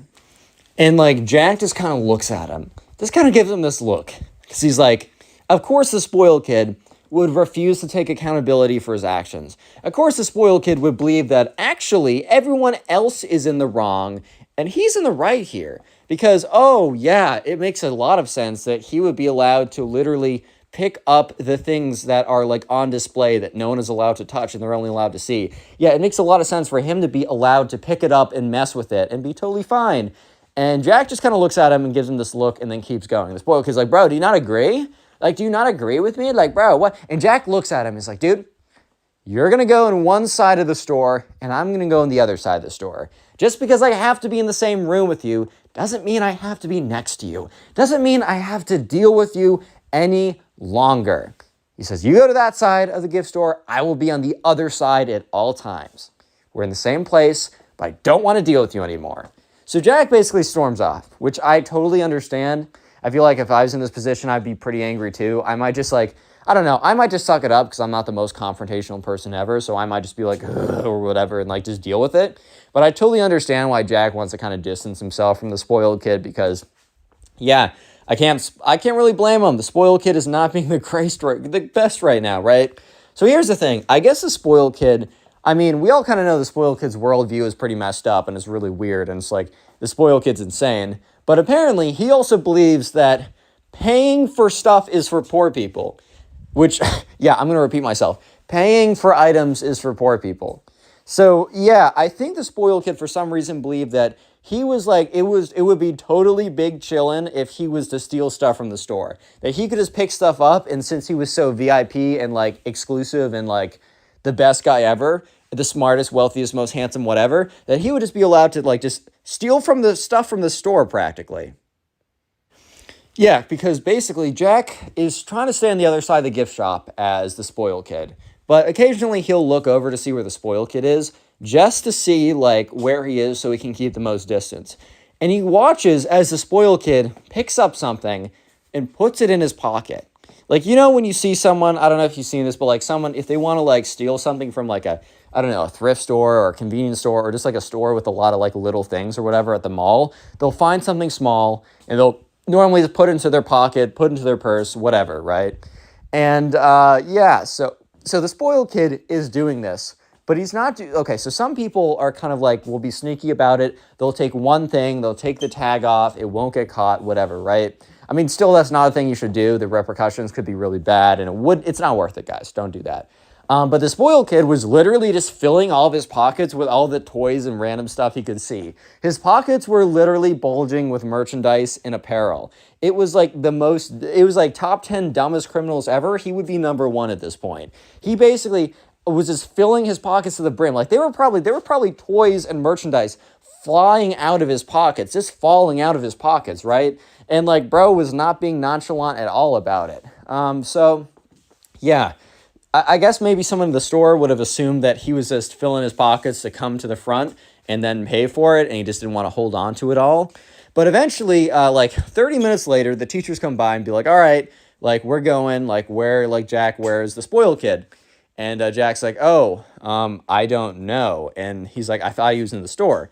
And so sure enough, they look around and they watch as the spoiled kid is walking out of the store, pockets full of stuff, and you hear beep, beep, beep, beep, beep, beep, beep. Yeah, he sets off the detector, and these two security guards walk over, and they're like, son, do you have any unpaid merchandise? And the spoiled kid's like, I don't. And then, like, all this crap falls out of his pants. Yeah, so basically the spoiled kid starts to get taken away by these security guards. So the teacher runs over there and is like, stop. And they're like, is this your son? And they're like, no, this is my student. I thought I'd just leave him in here because he was banned from somewhere else. Like, I'm sorry. Like, what can I do to, like, bring him home? And they're like, well, we don't really care. Like, we were just going to, like, hold him somewhere till we found his parents anyways. They're like, all right, like, can you empty your pockets? And the spoiled kid, and the teacher goes through and makes sure he empties his pockets correctly. But his pockets are emptied out or whatever. And that's when, like, the security guard's like, all right, well, he can't really come back here, at least on a school trip under your supervision. Let his mom know about this. Like, that's really what we were just going to do. Like, this kid's obviously a kid. We're not going to, like, actually, like, I don't know, enforce the full extent of the law on him. We just want to make sure this isn't a pattern that consists into his teen and early adulthood when it can actually affect him. And so the teacher's like, yes, of course. I'm so sorry. So they're walking out, and the teacher angrily is yelling at the spoiled kid, like, what are you thinking? First, you try and, like, destroy something in the museum, and then you try and rob the museum. The spoiled kid literally has a blank face. Like, the spoiled kid legit doesn't care, which is pretty crazy. But then the teacher says one of the most insane things ever, and I don't think Jack has been more mad in his life. The teacher turns to Jack and is like, how could you let this happen? And Jack's like, what? Today, we have a story time of a spoiled kid who literally gets so angry that he doesn't get what he wants, that he goes on an unhinged rampage and actually says that his dad could buy the subscriber. Yeah, that's a little sus, bro. So sit back, relax, subscribe if you're new, and let's jump right into it. So we're going to call the subscriber who submitted today's story Brett. So anyways, Brett and the spoiled kid. There's also a kid in his class who we're just going to call the spoiled kid. And the spoiled kid was a very standard, typical spoiled kid. He was the type of kid who literally got anything he ever wanted. If he wanted something, he would ask and he would receive. So while it's like a good thing to give your kids things that they want sometimes, this kid literally got everything and anything that he ever wanted. So he kind of had this bit of entitlement in which he believed that he was actually deserved everything ever, and like that he actually did deserve to like receive everything. So when he didn't get something, that just didn't make sense to him. So here's the thing. There's a girl that both Brett and the spoiled kid were both very into. And we're going to call her Caroline because that's kind of becoming the very standard girl name I've been using. So anyways, Brett had a thing for Caroline. The spoiled kid had a thing for Caroline. However, the spoiled kid was known as being a big jerk. And Brett was actually kind of a, he's a chill guy, was, very talkative, not very talkative, but like could hold a good conversation. And the spoiled kid and Brett would basically duke it out. And this is how it goes. So anyways, almost everyone knows about this little quote unquote rivalry they have. Even the girl, even Caroline knows. And she is actually trying to make up her mind. So, at this point, Caroline's in a pretty good position because she's like, well, I got suitors. Like, I got a lot of guys fighting for me right now. And so anyways, she kind of is just like kind of sitting back and seeing what they do. It's pretty clearly that she's leaning towards the Brett over the spoiled kid because the spoiled kid is kind of a jerkwad. But let's just jump into their first interaction. So anyways, they're sitting down at lunch. And Caroline is sitting there with her friends. And basically what happens is, she gets up to go and get more food. So Brett is sitting with his friends, and they're talking about, like, oh, man, like, how's it been going with Caroline, right? And he's like, actually, pretty good. We've been talking a little bit. I got her Snapchat or whatever. And they're like, oh, but, like, you've heard that, like, spoiled kid is trying to go for her, too. it kind of became like a thing around the school to talk about, oh my God, who's going to get Caroline? All that kind of stuff, right? Like, oh, it's going to be so crazy. Who's actually going to get it?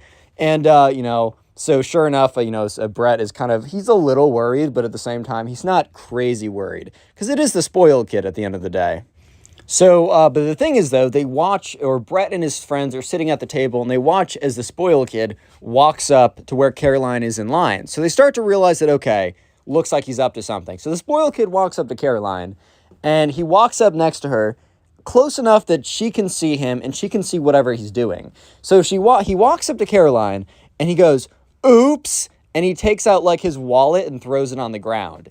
And intentionally, he wanted to make sure that the dollar bills in his wallet would spill everywhere. So, like, literally, like, $100 bill floats out of his wallet. Remember, this is a spoiled kid. If he wanted money, he could get money. If he wanted something, he could get something. He could literally get anything. So he kind of feels as if he's a little bit entitled to Caroline, which, guys, don't feel entitled to someone, bro. That's crazy. But he's trying to flex right now by having a $100 bill spill out of his wallet.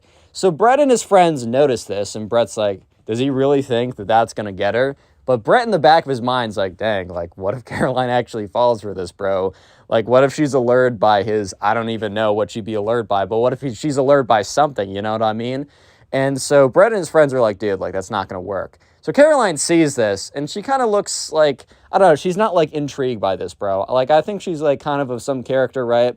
So she sees this and she's like, oh, well, this is a really lowbrow move. Like, he's just trying to be like, oh, I have money, so you should like me, bro. But in this spoiled kid is like, oh my God, how did this fall out of my how did this fall out of my hands? I'm so clumsy. Ha ha ha. Like, it's so cringe and lame and weird or whatever.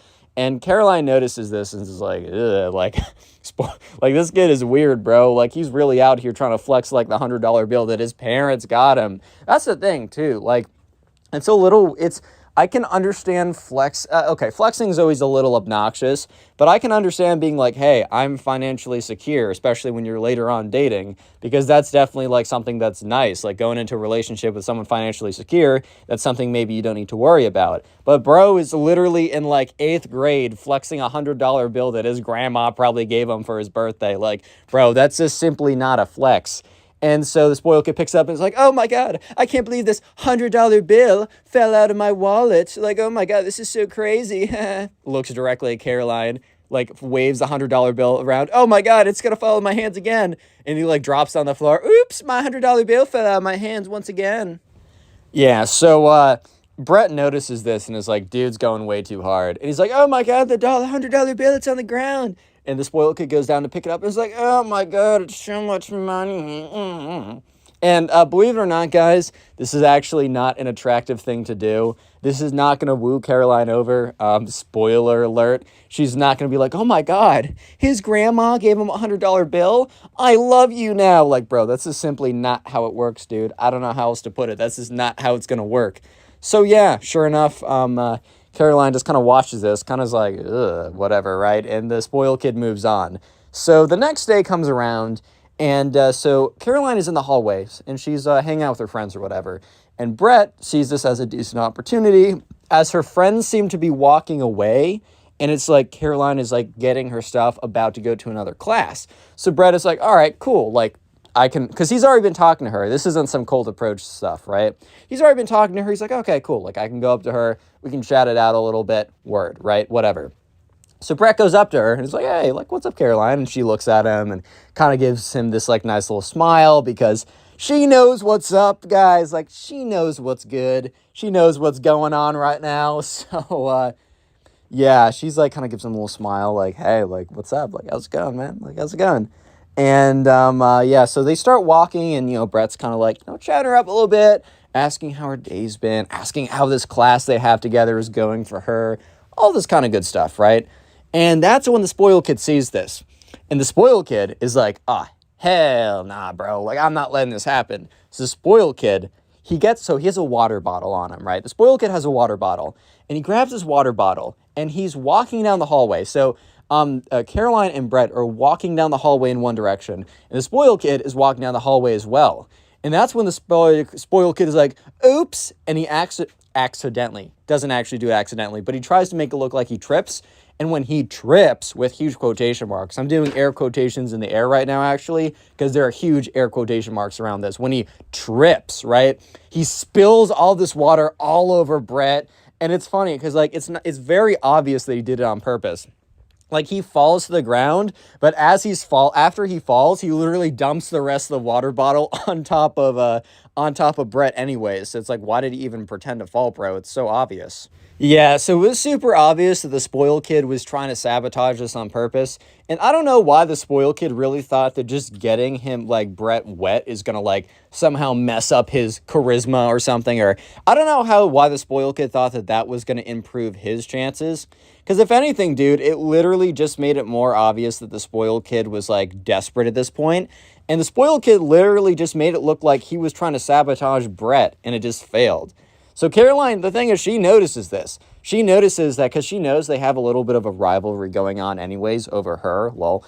But she knows that they have, like, a little bit of a rivalry going on. But also, right, she notices that, like, who's playing dirty here? The spoiled kid's playing dirty. You know what the spoiled kid has not done? Really tried to talk to her, bro. Like, all the spoiled kid has done is tried to, like, flex his, like, lifestyle or whatever, when in reality his lifestyle is literally just what his parents give him. So, yeah, he's been flexing his $100 bills that grandma gave him for his birthday, while Brett has actually been putting in the hard work and trying to have decent, good conversations with her. So, who do you think she's gonna pick, bro? I don't know about you, but it's a pretty clear situation in my mind. Like, it's pretty clear which one she's gonna pick. But anyways, I do digress because, Caroline is like, oh, Brett, like, all right, like, do you need me to, like, get a paper towels or something? And the spoiled kid starts to realize, oh my God, this is actually backfiring in my face. Because he notices that, like, Caroline is like, oh, Brett, let me help you out, whatever, right? And Brett's like, the spoiled kid's like, oh my God, Brett, you got water all over you. How embarrassing. And Brett's like, looks at him, is like, wait, how is it embarrassing that you tripped and spilled water on me?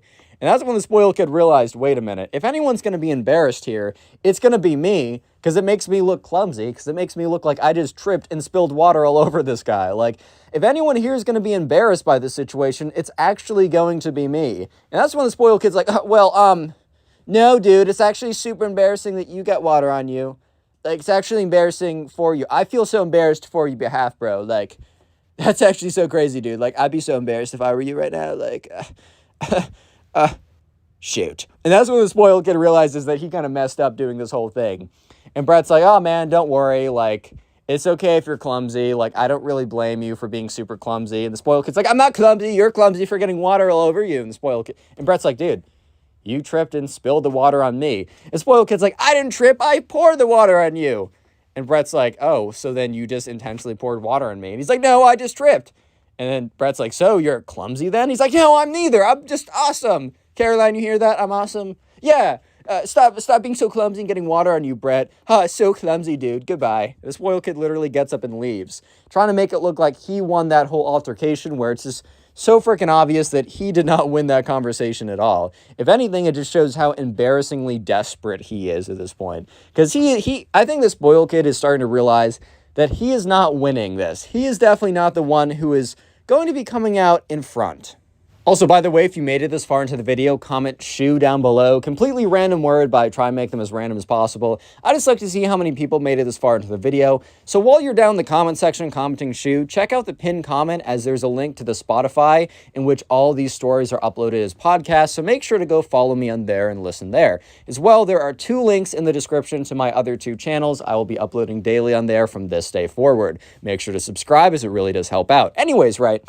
So Brett and the spoiled kid it's starting to become like people are like spreading the word that Brett is winning. Like, it is becoming like a popular rumor that Brett is absolutely bodying the spoiled kid in the quest for Caroline. That sounds so stupid. In like basically in this little competition they had. And the spoiled kid is very tapped into what the press is saying. I can't believe I just said what the press is saying. He's very tapped into what everyone else is saying, as it is kind of like one of his best indications.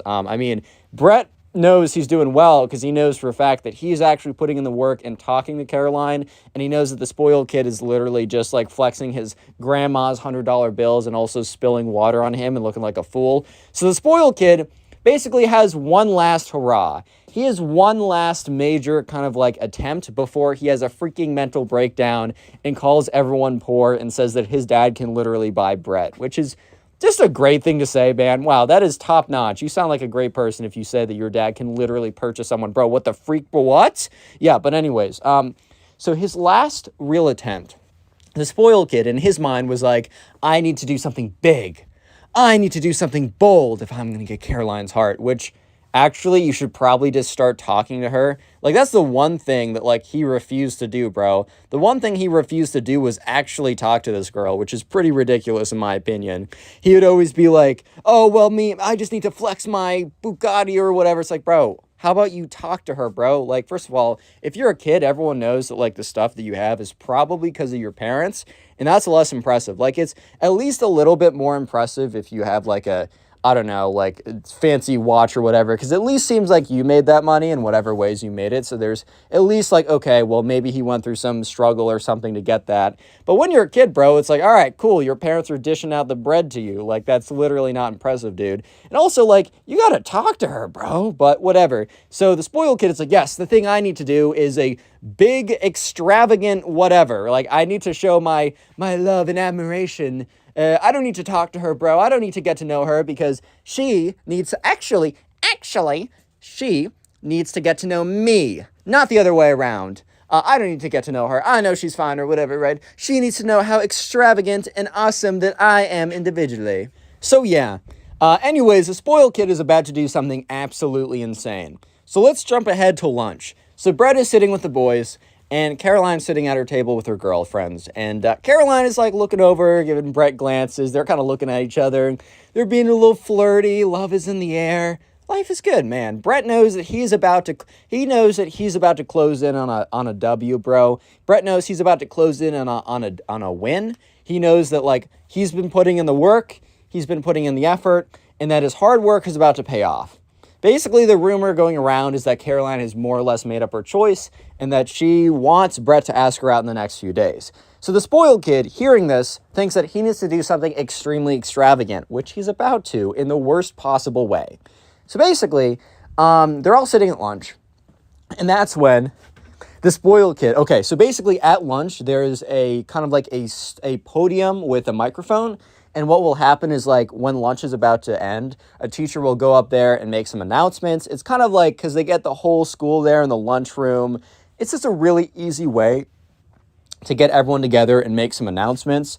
However, the spoiled kid has decided to sabotage this for his own plans, right? And sabotage it he does. So basically, what the spoiled kid does is he goes up to the podium, turns on the microphone, is like, hello, everyone, can I please have your attention? Please, I need your attention right now. And, like, first of all, kids are not allowed to go up there. So everyone is like, whoa, what's going on right now? It's like, I need everyone's attention immediately. Like, no question about it. Like, Susie, can you shut up, please? Like, I need your attention. Like, literally calls out some kid in the back. Like, oh, okay. So he's like, okay, guys, I need this message to be super clear. Caroline.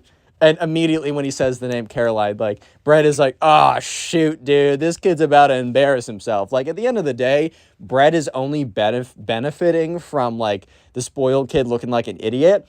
But at the same time, like, he felt kind of bad, bro. Like, he felt kind of bad. Brett has at least a little bit of a heart. And so the spoiled kid is on the mic being like, Caroline, I want to let you know that I know how into me you are. Which, like, first of all, hey, bro, what are you doing? I love how he opens it with, like, I know how into me you are. Like, dude, what makes you believe that? He's probably saying that, just probably thinking, like, oh, if I tell her, like, she's a sheep. If I tell her something, she'll believe it. So he's like, I know how into me you are, and I just want to let you know that I think you're okay as well. Like, I guess you're fine. So for that reason, I will be giving you the opportunity to go on a date with me this Friday. I know you're going to say yes, but feel free to say yes in front of everyone so they know that I'm the winner and Brett is the loser. Yep. And it is dead freaking silence for like a good couple seconds. And I know you're thinking, oh, it's dead silence for a couple seconds. These were the longest seconds ever. These were minute-long seconds, or at least it felt like these were minute-long seconds. Like, this was insane. So yeah, sure enough, it's just dead silence. And then everyone turns their head. Like every single person turns their head to look at Caroline. And Caroline, I guess she was like, I don't know, like she wasn't really happy. Okay, look, dude, you can, and it's not okay. These big gestures, I think it's just like important for me to like reiterate. It's not a really okay thing to do, bro. Because like you're really putting this, like this is embarrassing for the other person.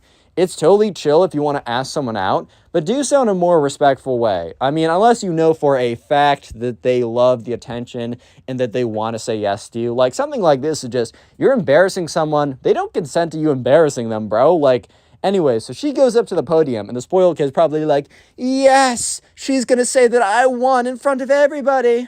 So Caroline goes up to the podium, grabs the microphone, looks at the spoiled kid directly in the eyes and says, sorry, but no. The whole like crowd is like, like, oh my God, she just said no to spoiled kid in front of everyone. This means that her and Brett are dating right now. And she puts the microphone back. And the spoiled kid is like just kind of like sitting. He's just kind of like there, bro. He's literally just there. So the spoiled kid is very angry about this. He's like, oh my God. And instead of blaming Caroline, which first of all, good, you shouldn't blame Caroline, right? The only person to blame here is really yourself in this situation. But the spoiled kid grabs the microphone and in front of everyone is like, Caroline, you're making a huge mistake. Brett is a little poor kid. I am the richest. And everyone's like, bro, what did you just say? Like, that is the weirdest sentence to ever come out. And he's like, Brett is so poor and I'm so rich that my father could literally buy him if he wanted to, and it would be literally 0.0000001% of what he has. Like, he could buy him 1 billion times and still be richer than Brett, bro. And everyone's like, bro, hey, bro, what do you mean by buy him, bro? Like, what do you mean by that? And so the spoiled kid's like, Caroline, you're making a mistake. And then he turns to Brett, he's like, Brett, how much, like, what did you do? Like, what did you tell her? Like, what lies? What spells? What witchcraft? I am obviously the better one. Literally, I am the best. I have all the... And the spoiled kid literally is just having a meltdown, like an ego explosion. He's talking about how he's better than Brett, how he's, like, more attractive, richer, nicer, more humble. Like, the nicer and humble part is just pretty ironic for having a mental breakdown on stage about how epic you are. Like, you can't be like, I'm the most sexiest, richest, hottest, and most humble individual on planet Earth, and I need to let you know.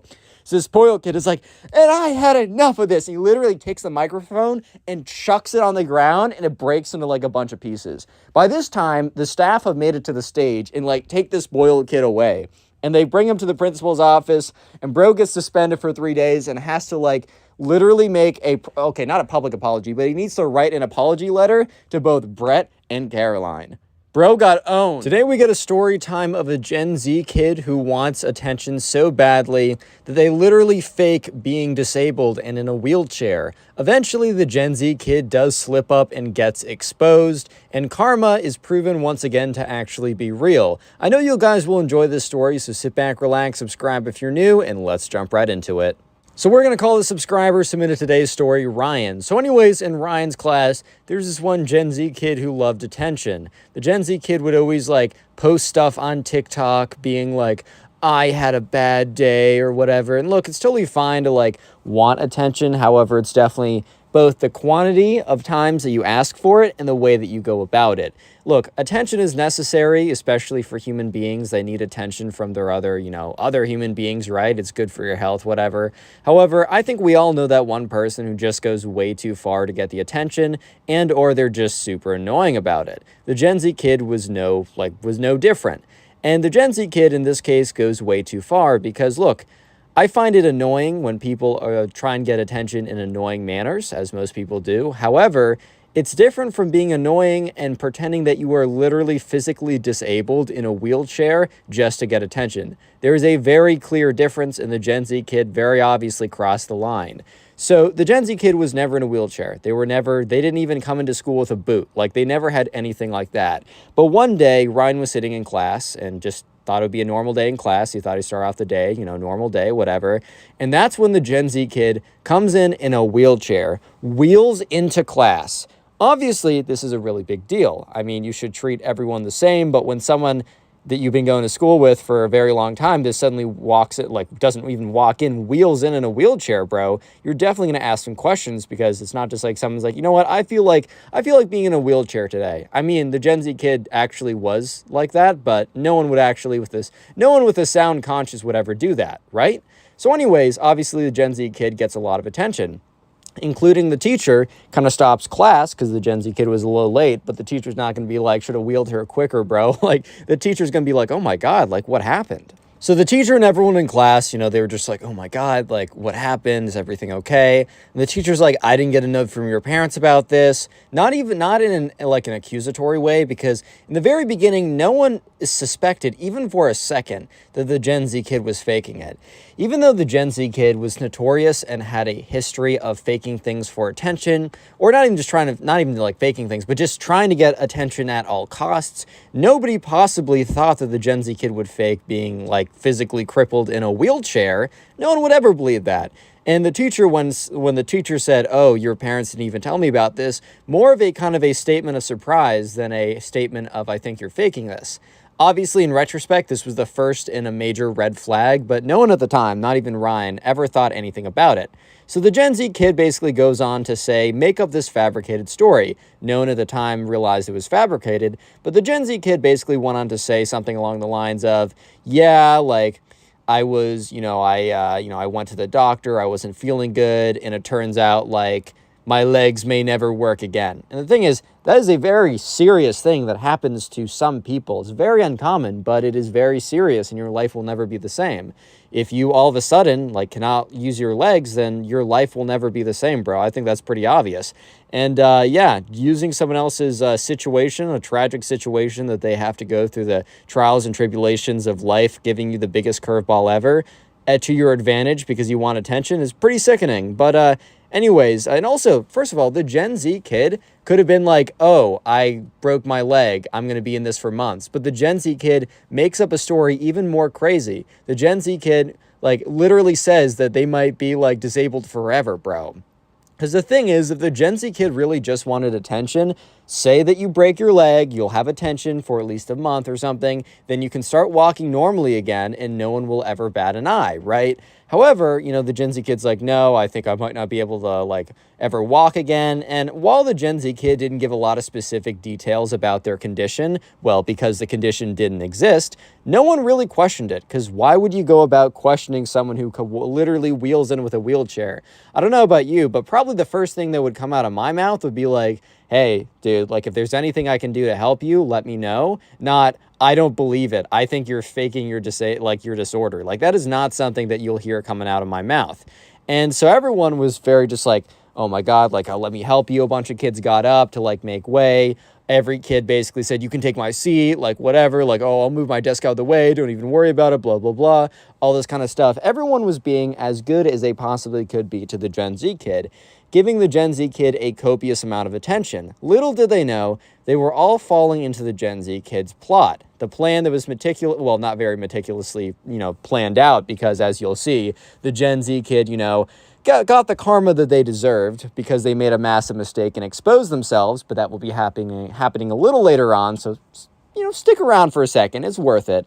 But anyways, yeah, for a little while, everyone is just like giving the Gen Z kid the utmost attention, being like, whatever you need, whatever you want, we got you. However, as the days and soon weeks went on, one thing was very clear. The Gen Z kid was definitely using it to their advantage. One thing I will say is that most of the classmates didn't really care about this, because if someone is, genuinely comes in and, with a life-changing disability, then you will accommodate it for them. However, some classmates, including Ryan, were starting to believe that it just felt a little bit strange that the Gen Z kid all of a sudden was asking for people to do their homework, or, to go do certain tasks that you didn't really need legs to do. Obviously, no one really questioned it at the time and just believed that, the stress of completely changing someone's situation was enough to, what, they are going through enough right now, let me lighten the burden. Very, reasonable thing to believe.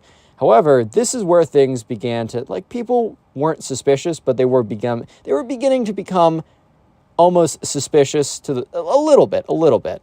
And also the big thing is no one outwardly wanted to admit that they were suspicious because it just seemed like a really, I don't know, not a great thing. I mean, your classmate is going through a very difficult situation, according to them. I mean, they literally roll in with a wheelchair all of a sudden. Your first assumption is not going to be, oh, they're faking it. Your first assumption is going to be like, oh my God, like that's terrible. What can I do for you? Yeah, however, Ryan was with his friend one Friday night, like 2 weeks after the whole, Gen Z kid rolls in a wheelchair, and he's having like a sleepover. And it's like, late at night, I don't know if you guys ever had these, but these were my favorite parts of sleepovers as a child. Basically, the late night conversations with the boys or girls or whatever, right? But specifically from my experience, the late night conversation with the boys, right? You've already played your video games, you've already gone out, you've already done stuff, and you're basically just staying up later than you tell your parents you're actually staying up. And you're just like, around by a flashlight or whatever. And then you just have really deep and meaningful conversations. Or just like the most interesting conversations that last way, way into the night. So Ryan was having one of those conversations. And he's like, I have a thought that's like kind of like bad, but like I don't know how to go about it. Obviously, when someone says that, there's a lot of things that they could be saying. So Ryan's friend's like, oh, what do you mean by that? And Ryan's like, don't judge me by this, but like, can you hear me out? So Ryan's friend, we'll call him Ben, is like, sure, whatever. Like, just tell me. It's cool. I'll use the caveat of like, I'm not going to like go crazy if you say something weird, right? And he's basically like, look, I know this might be bad of me to say, but I'm a little suspicious of the Gen Z kid. It just feels like, they might actually, like, I'm not saying that they're not disabled, but it just seems weird how they're going about it. Like, it seems as if like they're asking people to do their homework when that doesn't make sense that they're disabled. Like I understand asking people to go get their books or to move their books from class to class, but it just doesn't make a lot of sense. And also the fact that the teacher never got a note from the parent, like that just doesn't make sense to me either. Like I'm not saying that they're faking it. And it's funny because Ben didn't have a shocked look on his face. Ben didn't have a disgusted look on his face. Ben kind of had a very blank look. A blank look of kind of like, keep going, and I'm going to agree with you. So by the time that Ryan was done telling Ben about his kind of like his deep personal thoughts that you would only tell someone at like the very late nights of the boys' sleepover, mid-deep conversation, right?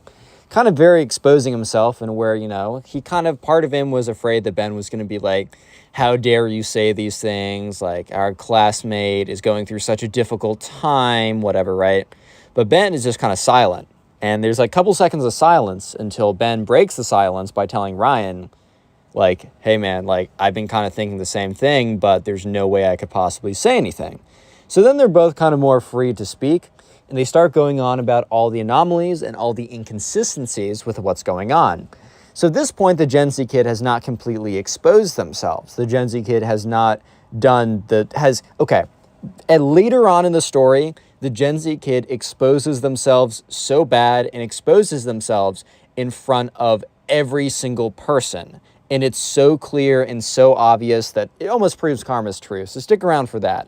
But up until this point, the Gen Z kid has been fairly good about their act. However, there are a few inconsistencies. The things that are becoming annoying is the fact that the Gen Z kid is asking for more and more for people to do, which, look, it's understandable.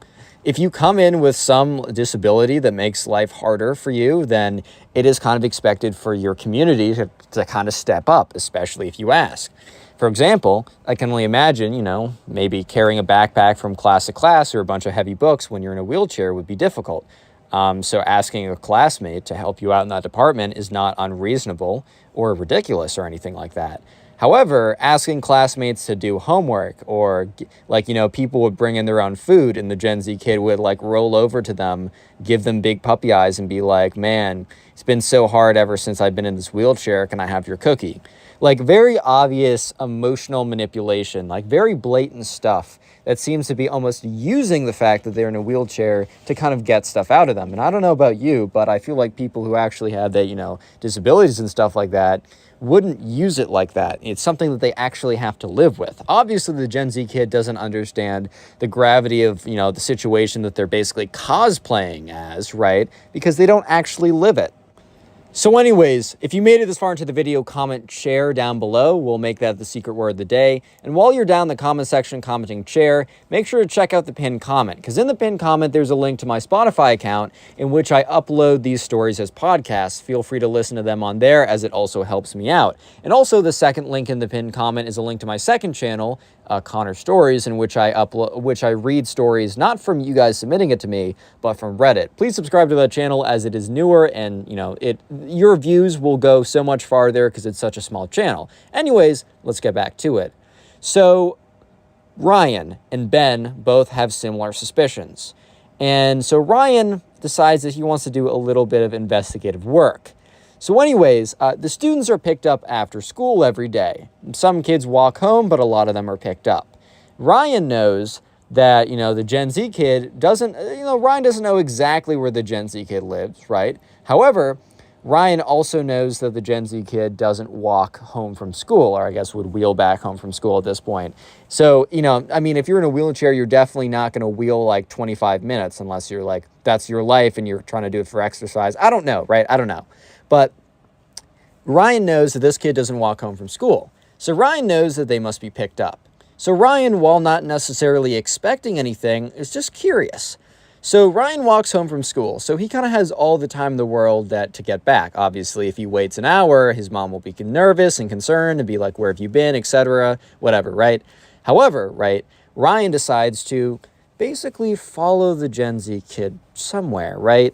And the Gen Z kid kind of wheels out of class. And Ryan is very sneakily kind of following them while being kind of far away, while not being too far away, and watches as they don't go out the main exit. Because one thing he noticed was the Gen Z kid basically disappeared after school, and it was very weird. I mean, Ryan thought that, they must have gotten picked up early, or maybe they just got picked up somewhere else or something like that. Never really thought about it, but he's like, I don't know, there's just inconsistencies with their story, and I just want to watch, right? He wasn't sure what he was looking for. He just knew that he was looking for something, and something he did find. So anyways, sure enough, the Gen Z kid rolls, instead of going out the front door, goes out the back door, which is just very weird, right? Very weird.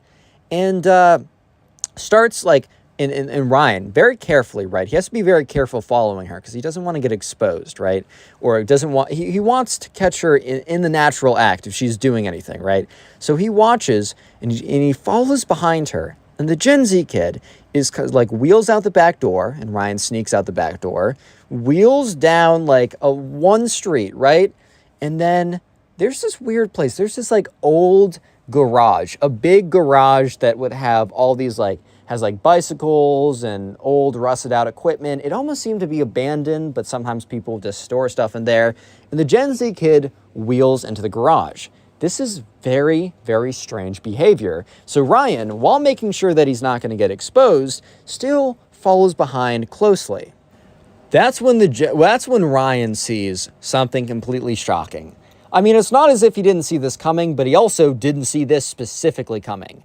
The Gen Z kid walks out of the barn. Listen to me again. The Gen Z kid walks out of the barn. The Gen Z kid does not wheel out of the barn. The Gen Z kid walks out of the barn. Yes. The Gen Z kid wheels into this barn, garage type thing, and then walks out of it without a wheelchair. Ryan watches as the Gen Z kid, right, once again, walks out and then kind of looks in both directions to make sure no one notices, and kind of runs down the street to where, their mom is idling in their car.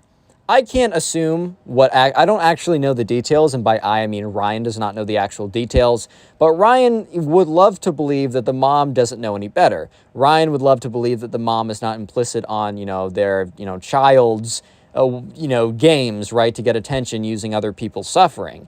What might have happened was that the child's I don't want to be picked up in front of everyone. It gives me anxiety or something. Please pick me up here. Please, mom, please. It's doctor says you have to do, I don't know. Maybe some kind of guilt trip or something like that. And the mom's okay, when I was a teenager, I was kind of weird too, so I'm just not going to question it. So Ryan immediately calls up his friend Ben once the Gen Z kid drives away and is Ben. And Ben's what's up, dude? He's Ben, you're not going to believe what happened. And so Ryan explains everything, and Ben is dead silent the entire time. Someone's really interested in every detail of a story when they don't say a single thing. When I like a story, I might pipe in a little bit and be dang, bro, that's crazy. But when I'm really, really locked in, I don't say a word. And Ben was the same. And by the end of it, Ben was like, someone's got to expose her, bro. And Ben was being serious. He was like, this is like unethical behavior, and someone's got to put an end to this. So Ben and Ryan meet up after school, and they meet up at Ryan's house. And they're just sitting in Ryan's room, and they're just kind of like trying to contemplate, like, okay, how do we go about this? How do we, like, how can we do this? Because, like, we can't just, like, go up to her in school and, like, push her out of the wheelchair. Because, like, I don't know, she might fake it and be like, oh, my God, and then we'd actually be expelled, right? We need to figure out a way to catch her in the act. We can't question her. And that's when Ryan's like, I got it. Assuming that she, you know, does the same thing every single day, I was able to secretly follow her before, I should be able to secretly follow her again. And Ben's like, all right, that's genius. Just make sure to record it this time. So sure enough, right, the next day comes around. And once again, you know, the Gen Z kid wheels out in the back hallway, right? So Ryan decides that he's going to record the entire thing. So he starts recording and follows her out. So Ryan does what he did the last day, following the Gen Z kid as they wheel out in the back of the school, go out like down the street, go down a couple streets to the abandoned kind of like garage warehouse type area, wheel into it, and then walk out of it. But unlike last time, this time he's recorded the whole thing. He makes sure that he's recording, he makes sure the audio is good, he makes sure that, you know, I mean, he's sneaking around while recording, so it's not going to be the best video, but especially in the most damning moments, aka when they walk in or they wheel in and walk out, he's making sure that that is very, very clear, and that is very, very, that is like, the video is not shaky at this point. So afterwards, you know, the same thing happens again. They walk into the car and drive off.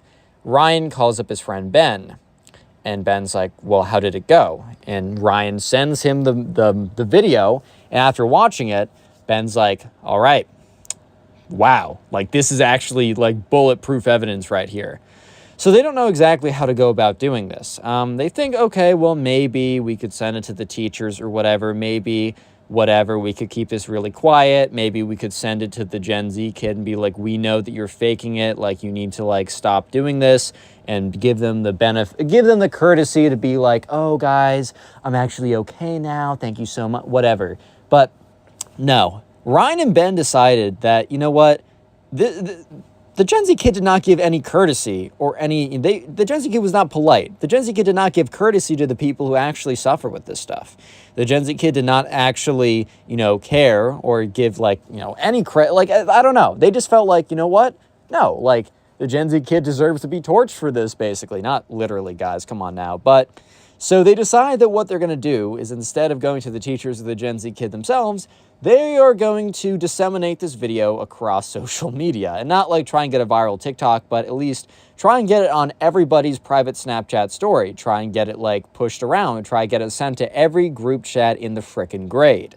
And they do so pretty easily. So they text up a bunch of guys and a bunch of girls that they know and be like, look, you know, the Gen Z kid, here's proof that they're not actually like disabled and they're faking it the whole time. And sure enough, the video spreads like wildfire. And by the end of the night, I'd say 90% of the kids in school have seen the video, and 98% know about the video. If they have, about 98% at least know about the video. So by the next day, when the Gen Z kid wheels into school, everybody's just staring at them with this look of like, I know the truth. For some reason, I think the Gen Z kid just didn't know that the video was circulating. Or even if the Gen Z kid did learn about it, I guess they decided to stick to the lie and just wheel into school, assuming that, you know, no one would actually confront them if they were in a wheelchair. Yes, to say the least, people stopped doing what the Gen Z kid said. When the Gen Z kid was like trying to get attention, trying to get people to do stuff, people ignored them. And yeah, eventually the video actually made its way to the principal's office / the faculty staff. And the faculty staff suspended the Gen Z kid for an entire week. I mean, it's totally understandable. And after the entire week, the Gen Z kid had to walk to the front of class, or not the front of class, but the front of everyone, because they had like bi-monthly meetings or whatever where they'd all come together as an entire school. And the Gen Z kid had to walk on stage, yeah, not wheel on stage, walk on stage and give a public apology, and was also forced to meet with someone who actually lives, like, completely disabled from the waist down to learn about the true struggle. It was a very harsh punishment, but it definitely fits the crime. How's it going, everyone? Today we have a story of one of the cringiest Gen Z kids of all time. Basically, this Gen Z kid takes an IQ test, believes that he's genuinely a genius, and then starts to berate everyone else. And then he does a whole host of some of the craziest things you have ever heard. So sit back, relax, subscribe if you're new, leave a like on the video to claim your free nothing, and let's jump right into it. So we're going to call the subscriber who submitted today's story James.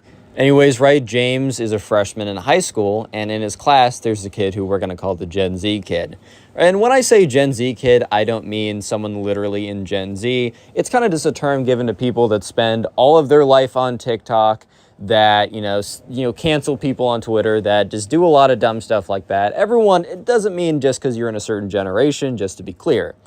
Anyways, though, this story all starts one day when the Gen Z kid does one of those IQ tests you find online.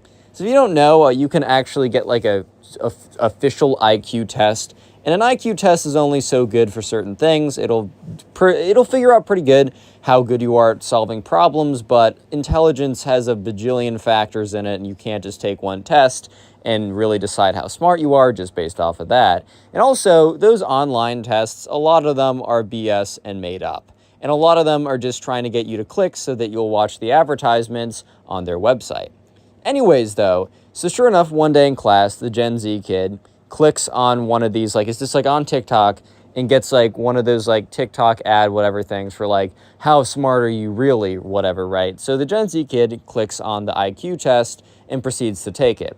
The thing is, though, that none of the other that the subscriber James and all the other people in the Gen Z kids class was aware of was that the Gen Z kid literally just put in the answers randomly. It was a pretty fake IQ test. It was 10 questions, right? It was 10 questions long. So an actual IQ test would probably have a lot more questions. The questions would be a lot more difficult. But even though this was only 10 questions long and the questions were probably just oh, is this the color red? And then it shows the color red. The Gen Z kids still completely randomly guessed these questions, which would be revealed later on to James, the subscriber, and everyone else.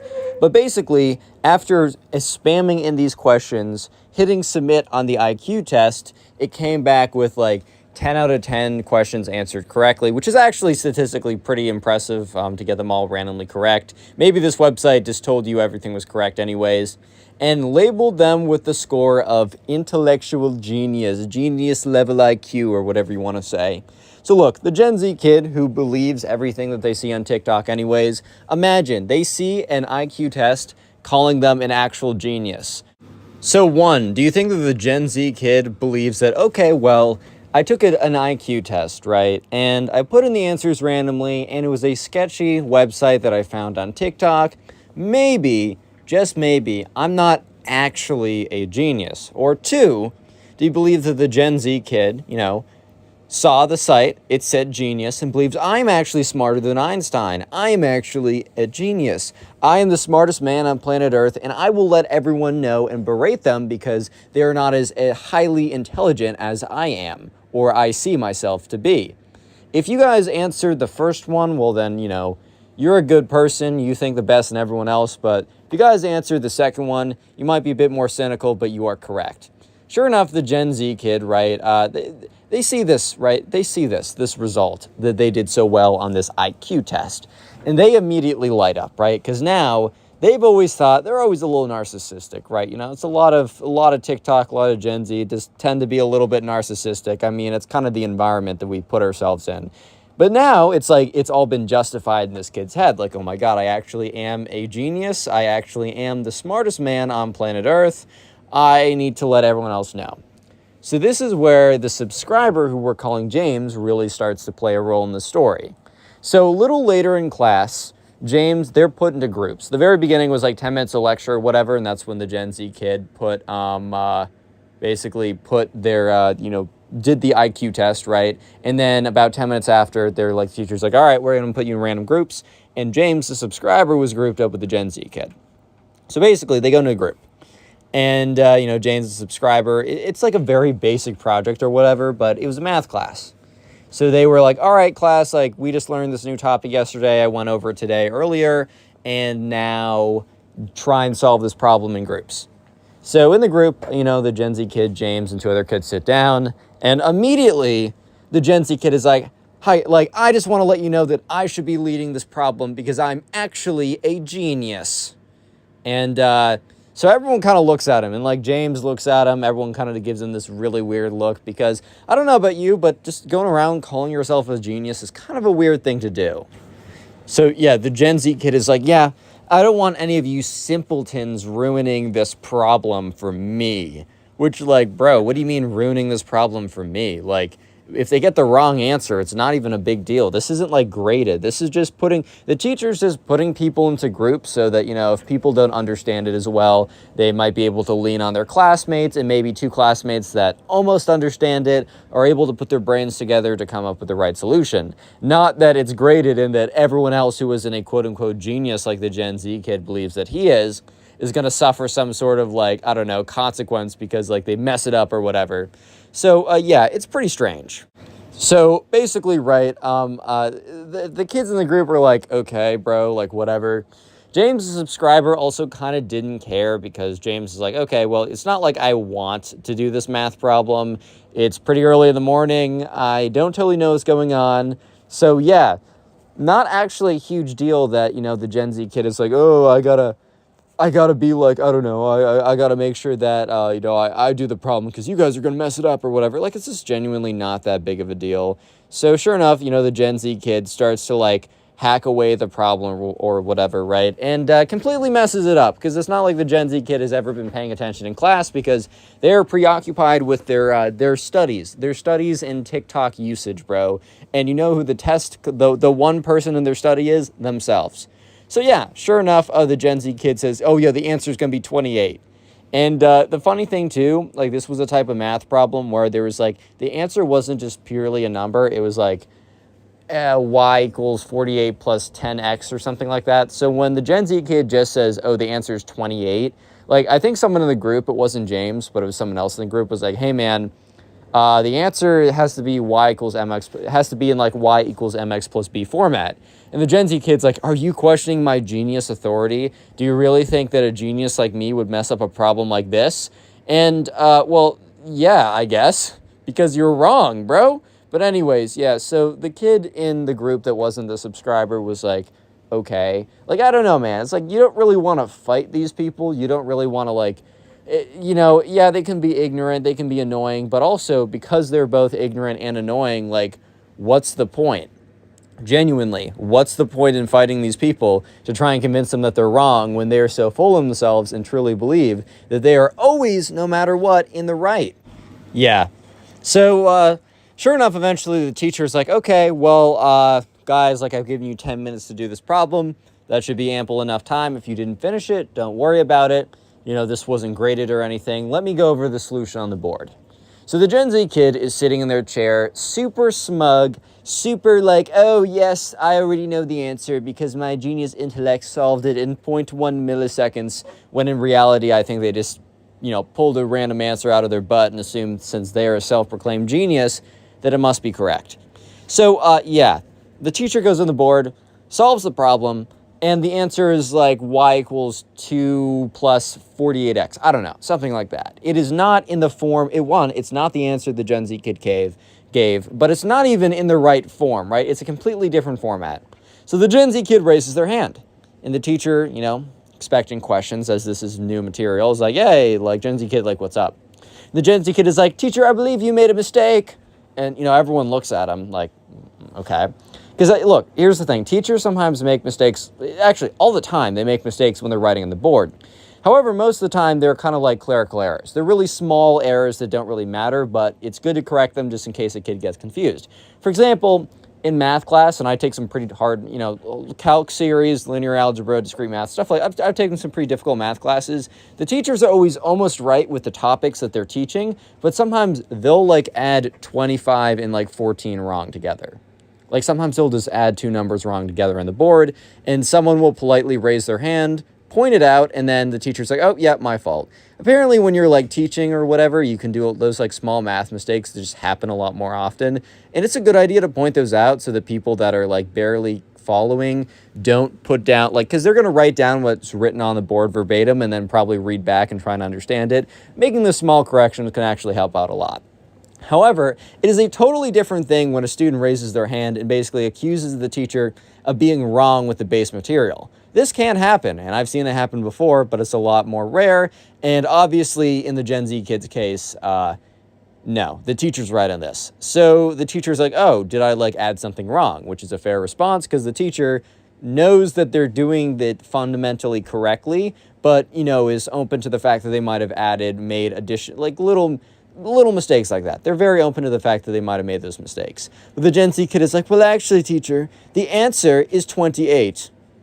And the teacher looks at him and is like, 28 what? Because remember, I think this was like solving a linear equation or something. So it's like you need it to be in y equals mx plus b form, or I don't know, you could have a few more formats, but you can't just have like 28. That's not an answer that works at all in any situation.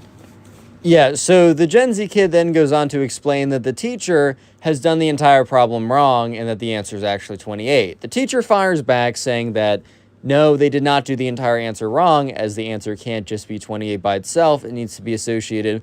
First of all, it needs to be y equals format, and that also this was not a flat line, so it wasn't going to be y equals 28 or something like that. The teacher says it has to have an x component because it's like, you know, it's a function. It's not just it's not, you're just solving for one thing. It's like, it's a function, right? So sure enough, the Gen Z kid, since they believe that they are actually a genius, says, well, actually, I don't know that you should be fighting with me because I recently did an IQ test and it scored me as an actual genius. So the whole class kind of looks at the Gen Z kid. I think some of them thought that the Gen Z kid actually, like, did really take an IQ test and did really get, like, I don't know, 140, 120, I don't know, something really good. And some of them were like, whoa, because remember, freshman high school, who even knows? Other kids were pretty skeptical. Some of them thought that the Gen Z kid was flat out lying. Others thought that they were wildly exaggerating, and something along those lines. So the teacher's like, well, okay, I don't know that much about IQ tests. I also don't really know, how much that has to do with anything, because I can tell you that what you did was incorrect. That's not how you answer this. You might have the largest IQ in the world, but this is math, and this is how it's done. And I'm sure I'm going to get some, like, PhD math student from Stanford in the comments going, well, actually, there are multiple dimensions, dude. Okay, for the sake of this video, no, right? For the sake of this video, what I say goes. Anyways, so the Gen Z kid is like, well, you shouldn't fight with someone with such a high IQ, like Mr. Whatever. Like, you should really just bow down and accept what I say, because you know what? I'm probably right. And I think the teacher was just having a bad day, because I think in most cases, this teacher, and probably other teachers in most cases, would just, like, chalk this up to a kid being a little jerk, being like a little twerp or whatever, and just kind of ignore it and move on, be like, haha, funny, whatever, and just kind of ignore it. Maybe some teachers would, like, penalize the kid, but this teacher decides to go full savage mode. Bro actually decides that, he's like, all right, well then, let's actually see. So the teacher's like, all right, so did you do an IQ test online? And the kid's like, yeah. So the teacher, like, goes into Google, types up IQ test, and pulls up an IQ test. And the teacher's like, you know what? We're going to solve this debate. Whoever gets a higher score is right. Which is completely crazy. Like, I don't fully side with the teacher on this one either. Yeah, so, I don't know. I can't really get behind the teacher on this. I think it's pretty immature, but I think the teacher was just genuinely having a bad day. And also, the teacher was kind of risking something. Since these IQ tests, a lot of them are kind of like problem-based like puzzles or whatever, and there's a decent chance that the teacher is genuinely much better at mathematics, but just happens to score less on this IQ test. And then he really did put up like, oh, if you score higher than me, then you're actually correct. But the whole class is kind of like getting really interested because they would never expect their teacher to say something like this. So the Gen Z kid's like, fine, okay, let's do it. And yeah, basically what happens next is the teacher and the Gen Z kid both do the IQ tests, and then the results are shown live in front of the whole class. Completely ridiculous. But in the meantime, I'd like you to, 1 second, comment down below IQ test. in the comment section down below. That'll be the secret word of the day. And while you're in the comment section, make sure to check out the pinned comment, as there is a link to my Spotify page in which I upload these stories as podcasts on there, as well as a link to 2 other channels which I post on daily. Please subscribe to both of them to help me out. Anyways, let's get back to it. And of course, leave a like in the video to claim your free nothing. Of course, man. You already know. So yeah, sure enough, the teacher pulls it up, and I think the Gen Z kid was probably quaking a little bit in their boots. Like, they were probably a little bit nervous for this, but they were putting up a front. They were putting up this look of like, oh yeah, I totally know what's going on right now. Like, I'm not even worried since I'm actually a genius, right? So sure enough, the teacher pulls up an IQ test. Probably just one that they got from online. And once again, I do need to point out that there are probably some errors in this method of, approaching this problem, right? There's definitely better ways to go about this. And I don't think looking online and looking up IQ test and then after doing so, just like, I don't know. I don't think that's the best way to go about it. Not the best method to approach this. However, I will also say that who cares? This is pretty funny.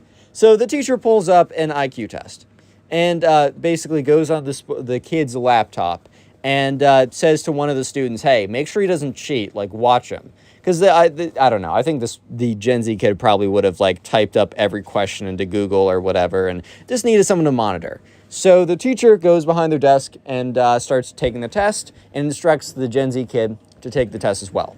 There was like 30 questions, which is once again kind of ridiculous that the teacher decided to use class time to do their little, basically dunk it on this kid in front of everyone, which is kind of a waste of time, but a funny story nonetheless. So I'll continue with it.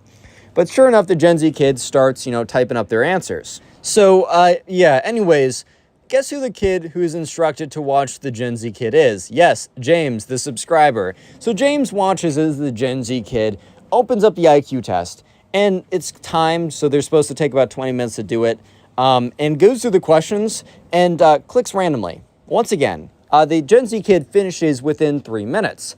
That Gen Z kid is like, done. And the teacher's like, okay, if you really don't want to use that time, go ahead.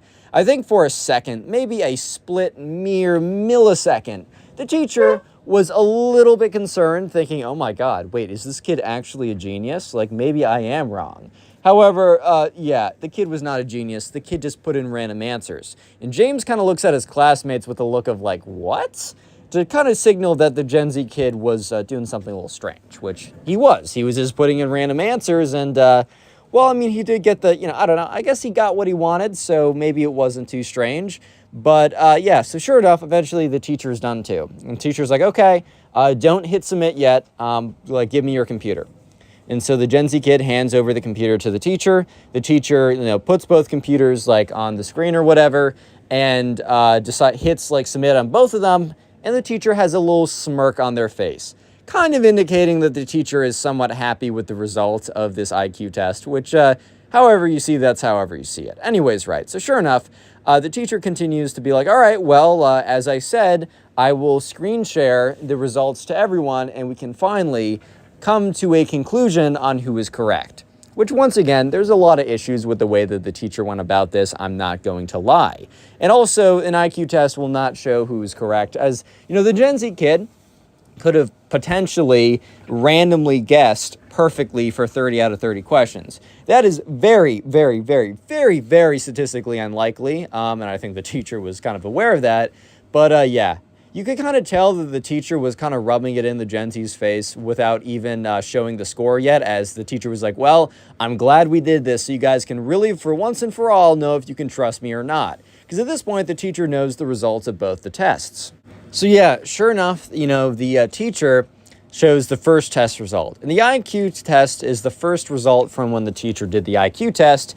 And I think the teacher got a above average score. Teacher didn't score in as a genius or whatever, but it says, congratulations, we estimate, remember, the online tests are pretty BS, so take this with a grain of salt. But, we estimate your IQ is 115 or whatever you are in the 80th percentile. I took that out of my butt. That might be completely wrong, but it's probably close to being correct. Anyways, and the teacher's like, okay, well, that's my result. Let's see what the result of the Gen Z kid is. So now the teacher screen shares the computer of the Gen Z kid and, reveals the results. The results say, you scored, a 60 IQ, you are profoundly stupid or something like that.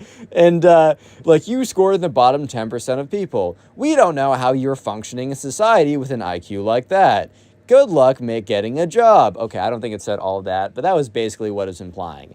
So the Gen Z kid, I don't think actually deserved a score like that, but remember, they randomly chose all 30 answers. So in the first time, randomly choosing got them a genius score on their IQ test. But in the second time, it got them a lowest possible score possible, because guess what? When there are 4 to 5 answers per question, and there's 30 questions, and you guess randomly on each question, the odds of you doing well are just so incredibly low. If you guys are stats majors and want to give me the exact answer in the comments, you can. I'm not doing that in my head. I barely remember. I took stats a while ago.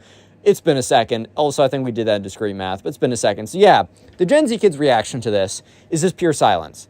Because the Gen Z kid, you can't come back from this, basically. Like, the Gen Z kids might be like, oh, you messed with the results. But then James, the subscriber, would be like, nope, he did not mess with the results. Or the Gen Z kid could be like, oh, this way of doing it is stupid. And then, they'd be asked, okay, well, then how did you determine that you were a genius? And the Gen Z kid would have to be like, an online test, right? So the Gen Z kid was just silent, basically admitting defeat. The teacher's like, well, then, we can proceed with class because if this whole debacle has been solved and finished. Today we get the story time of the cringiest Gen Z kid ever, who tries to go viral on TikTok by licking the most disgusting places around school. This kid does some of the grossest stuff ever and ends up getting so ill in the final period that he has that day that he has to go to the actual hospital. This is a pretty crazy story, so sit back, relax, subscribe if you're new, leave a like on the video to claim your free nothing, and let's jump into it.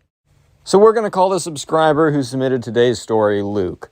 So anyways, right, there was a kid in Luke's class who we're just going to call the Gen Z kid. And sometimes people get mad at me being like, Connor, oh, maybe he's not actually in Gen Z. Oh, you're in Gen Z too. Dude, I know that. I'm not calling him a Gen Z kid necessarily because he is in the he is from Gen Z. I'm calling him a Gen Z kid because of his obsession with TikTok, canceling people on Twitter. You already know how it is. This kid needed to go viral on TikTok. No, he didn't want to. He physically needed to. Bro acted like he got a doctor's prescription that he needed to go viral or he would actually pass away. So, yeah, and the Gen Z kid decided that he was going to go viral, and the way that he was going to go viral was going to be, he was going to do something stupid, he was going to record it and post it on TikTok. So anyways, right, some of the boys were just hanging out. Luke, the subscriber, was chilling with them, and that's when the Gen Z kid comes up to them. He's like, guys, you don't want to miss this. And, whenever someone comes up to you and says, you don't want to miss this, I don't know about you, but I'm definitely coming out to see what's up. I'm definitely trying to figure out what's good. If I don't want to miss it, then, man, I don't want to miss it. And so obviously the guys are like, yo, what's up? And the Gen Z kid basically said hey, I'm going to be recording this TikTok and I'm going to go around and I'm going to lick really gross stuff. And Luke's like, dude, what? Don't do that. And the Gen Z kid's like, dude, no, I'm going to be famous on TikTok, bro. I'm going to be rich, which by the way, being famous on TikTok does not correlate to being rich at all. You make $1 per 100 billion views on there. So yeah, good luck, bro. Yeah, so anyways, right, sure enough that, everyone's like, all right, well, we do have to go see this. And Luke says to the Gen Z kid one more time, he's like, bro, I'm telling you this is a bad idea because I don't know about you, but going around looking random stuff in a gross middle school, a gross middle school or high school. I don't know if they were middle school or high school. It was either, Luke didn't tell me specifically, but I'm going to guess it was either late middle school, 8th grade or something, or maybe freshman in high school. This is definitely freshman type behavior, if you know what I mean. So yeah, just think about it for a second. This kid's probably going to go to the bathroom. He's probably going to look on the floor. A lot of gross stuff. And I already told you in the intro, he needs to go to the hospital for how bad it is. But anyways, Luke, kind of begrudgingly goes along. I mean, he does want to see. Luke's not going to, he tells me, don't make it sound like I'm actually an angel. I'm not a saint here. I definitely did want to see what was going to go down. Because, hey, man, life at school apparently is kind of boring for Luke. So he's like, you know what? This is a once-in-a-lifetime experience. Hopefully it is once in a lifetime and this doesn't happen again, or he doesn't surround himself with people who do this again. But yeah, so they go around, and the first place that they go to is the boys' bathroom. So the Gen Z kid hands his phone over to one of the guys, not Luke, but one of the other guys, and says, start recording. So the other guy starts recording, and Luke's like, what's up, guys? Welcome back to a brand new TikTok. Today, I'm going to be doing the Lick Everything Challenge. By the way, that's not a challenge. And also, back when I used to do commentary videos, and I know a lot of my commentary channel friends, when it seems like we've covered so many TikTok challenges, and I feel like every TikTok challenge ends up in something stupid, like the silhouette challenge, where people were literally putting blank on the internet and not even realizing it, or like all these other challenges where people were like dying and stuff. Like, bro, stop. You don't want the TikTok cloud actually isn't that good, bro. It's not that good. I don't know. Do something normal. Go read a book. But anyways, right, so he's like, yeah, guys, we're going to be doing the Lick Everything Challenge, and the first thing I'm going to lick is the bathroom floor right next to the toilet, which, all right, man. I don't know if you guys have been, look, some of you guys might be homeschooled, so let me just tell you a little, let me give you the sauce right now. The guys' bathroom in high school and middle school is so bad. Like, guys' bathroom is honestly one of the worst places ever, especially if you get it towards the end of the day. But even right after, it's like, I don't know, man, I swear, like, I get the cleaning staff clean it every single day, and honestly, shout out to the cleaning staff. They need to deal with the worst stuff, and they get paid so little, so, like, shout out cleaning staff. But I swear, like, I get there 5 minutes after the cleaning staff have gone in, and some guys already peed all over the floor. How do you miss? Do you need to go to target practice, bro? Like, seriously, what's going on right now? But yeah, anyways, right? So, one of the guys is recording as the Gen Z kid goes up to the toilet, and you guys might be thinking, okay, well, the floor of the bathroom is pretty gross, but dude, I don't just mean anywhere on the floor. I mean right next to the toilet. Which, yeah, right next to the toilet is actually worse than anywhere else on the floor, because think about it. That's where people are missing when they're peeing. That's where if someone has an extra terrible number 2 time, they're gonna be missing a little bit. Oh, it's just so bad, bro. And especially right underneath the toilet, like the cleaning staff probably don't even clean the floors. They're probably more about cleaning the toilet and obviously the toilet, the sink, and maybe they clean the floors like once a week or something. But even if they clean the floors, they're probably not scrubbing all around the toilet because, like, I don't know, man. Whenever I go into public bathrooms or high school bathrooms, it's always like the toilet seat underneath is so grimy, but thankfully you don't have to sit on that or interact with it. But yeah, the kid literally licks at that point. And, the guy's like, oh, man, I wasn't recording. The Gen Z kid's like, dude! And he's like, just kidding, which would have been actually pretty funny if the kid wasn't recording at all. Like, imagine basically giving yourself chlamydia and the guy doesn't even record it so you can post on TikTok for 15 views or whatever. So anyways, right, this is the first place. They hit the guy's bathroom. It's awful. But the challenge doesn't end yet because they're going to 3 locations, bro. So they start walking over. The Gen Z kid is leading them in a new direction. And at this point, like, the subscriber Luke isn't even sure if he wants to keep walking with these guys. Because he's I don't know, he's got a relatively, not easy stomach, but he's queasy pretty easily. And after watching that, like, Luke almost had to run to one of the stalls to use it, bro, to throw up in. Because he just watched some kid lick the grimy-ass seat, bro. Oh, my God. Anyways, right, so yeah, sure enough, Luke is a little bit like, I don't know if I want to go. And I almost called him the Minecraft kid or the spoiled kid. The Gen Z kid brings them to the guy's locker room. If you guys are homeschooled, I'll give you the sauce again. Dude, guys' locker rooms are bad too. Maybe not as bad as like the toilet seat in the men's bathroom, but bro, guys' locker rooms, some of them are okay, but the school, at least Luke's, the locker room at Luke's school, it was pretty bad, bro. Yeah, so anyways, right, sure enough, once again, the Gen Z kid is like, hands his phone over to someone, this time to Luke, actually, is like, bro, record it. And Luke's like, dude, you don't have to do this, like, you really don't have to, I think this is a bad idea. And the Gen Z kid's like, bro, I'm already in, like, I've already started, I gotta finish. By the way, sunk cost fallacy right there, but whatever. I'm not really necessarily expecting 8th graders to fully internalize the truths of the sunk cost fallacy, but whatever. So he goes around and he's like, hey, man, can you record? And, Luke very begrudgingly is like, okay, sure. I mean, Luke didn't want to have him do it and not get a recording, right? I guess. So yeah, sure enough, you know, he's like, all right, guys, well, now we're in the boys' locker room. This place is pretty gross, and I'm gonna lick this. And so Luke, or not Luke, sorry, the Gen Z kid goes into some kid's locker and, like, pulls out an actual dirty pair of underpants. And everyone was like, no, dude, don't do it. Like, I don't know why now they were so, like, worried about him doing it when the kid literally was, you know, licking the toilet seat, licking the floor in the guy's bathroom. Like, at that point, I would have been like, bro, it's not worth it. But now they all unanimously are like, no. But all the Gen Z kid does is he looks at Luke and he's like, hey, bro, you still recording? And Luke's like, yeah. And yeah, I don't want to go into great detail, but he does end up licking the underwear. Super gross. Super bad. You hate to see it. Everyone's like, oh my God. And Luke, like, actually has to close his eyes. It's so disgusting. Guys, please don't do this. Like, this has happened, like, not to me. I've not done this, okay, just for clarification. But yeah, in high school, man, I definitely see stuff like this happening.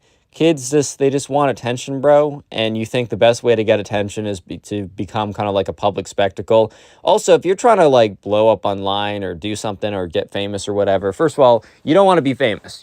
Having a following is totally fine. Like, I'm not famous, and I'm very happy where I'm at.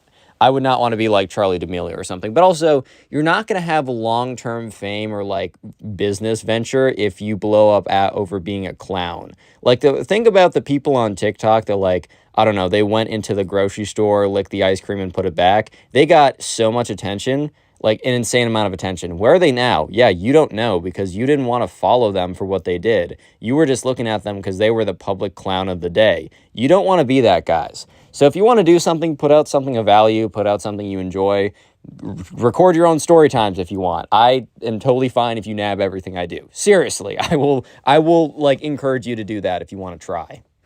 But yeah, anyways, right, so the Gen Z kid almost looked completely unfazed, and he's like, all right, well, time to go to the final place. And at this point, everyone was like, dude, I don't even want to know where we're going. I don't even want to know, dude. Like, this is just so gross.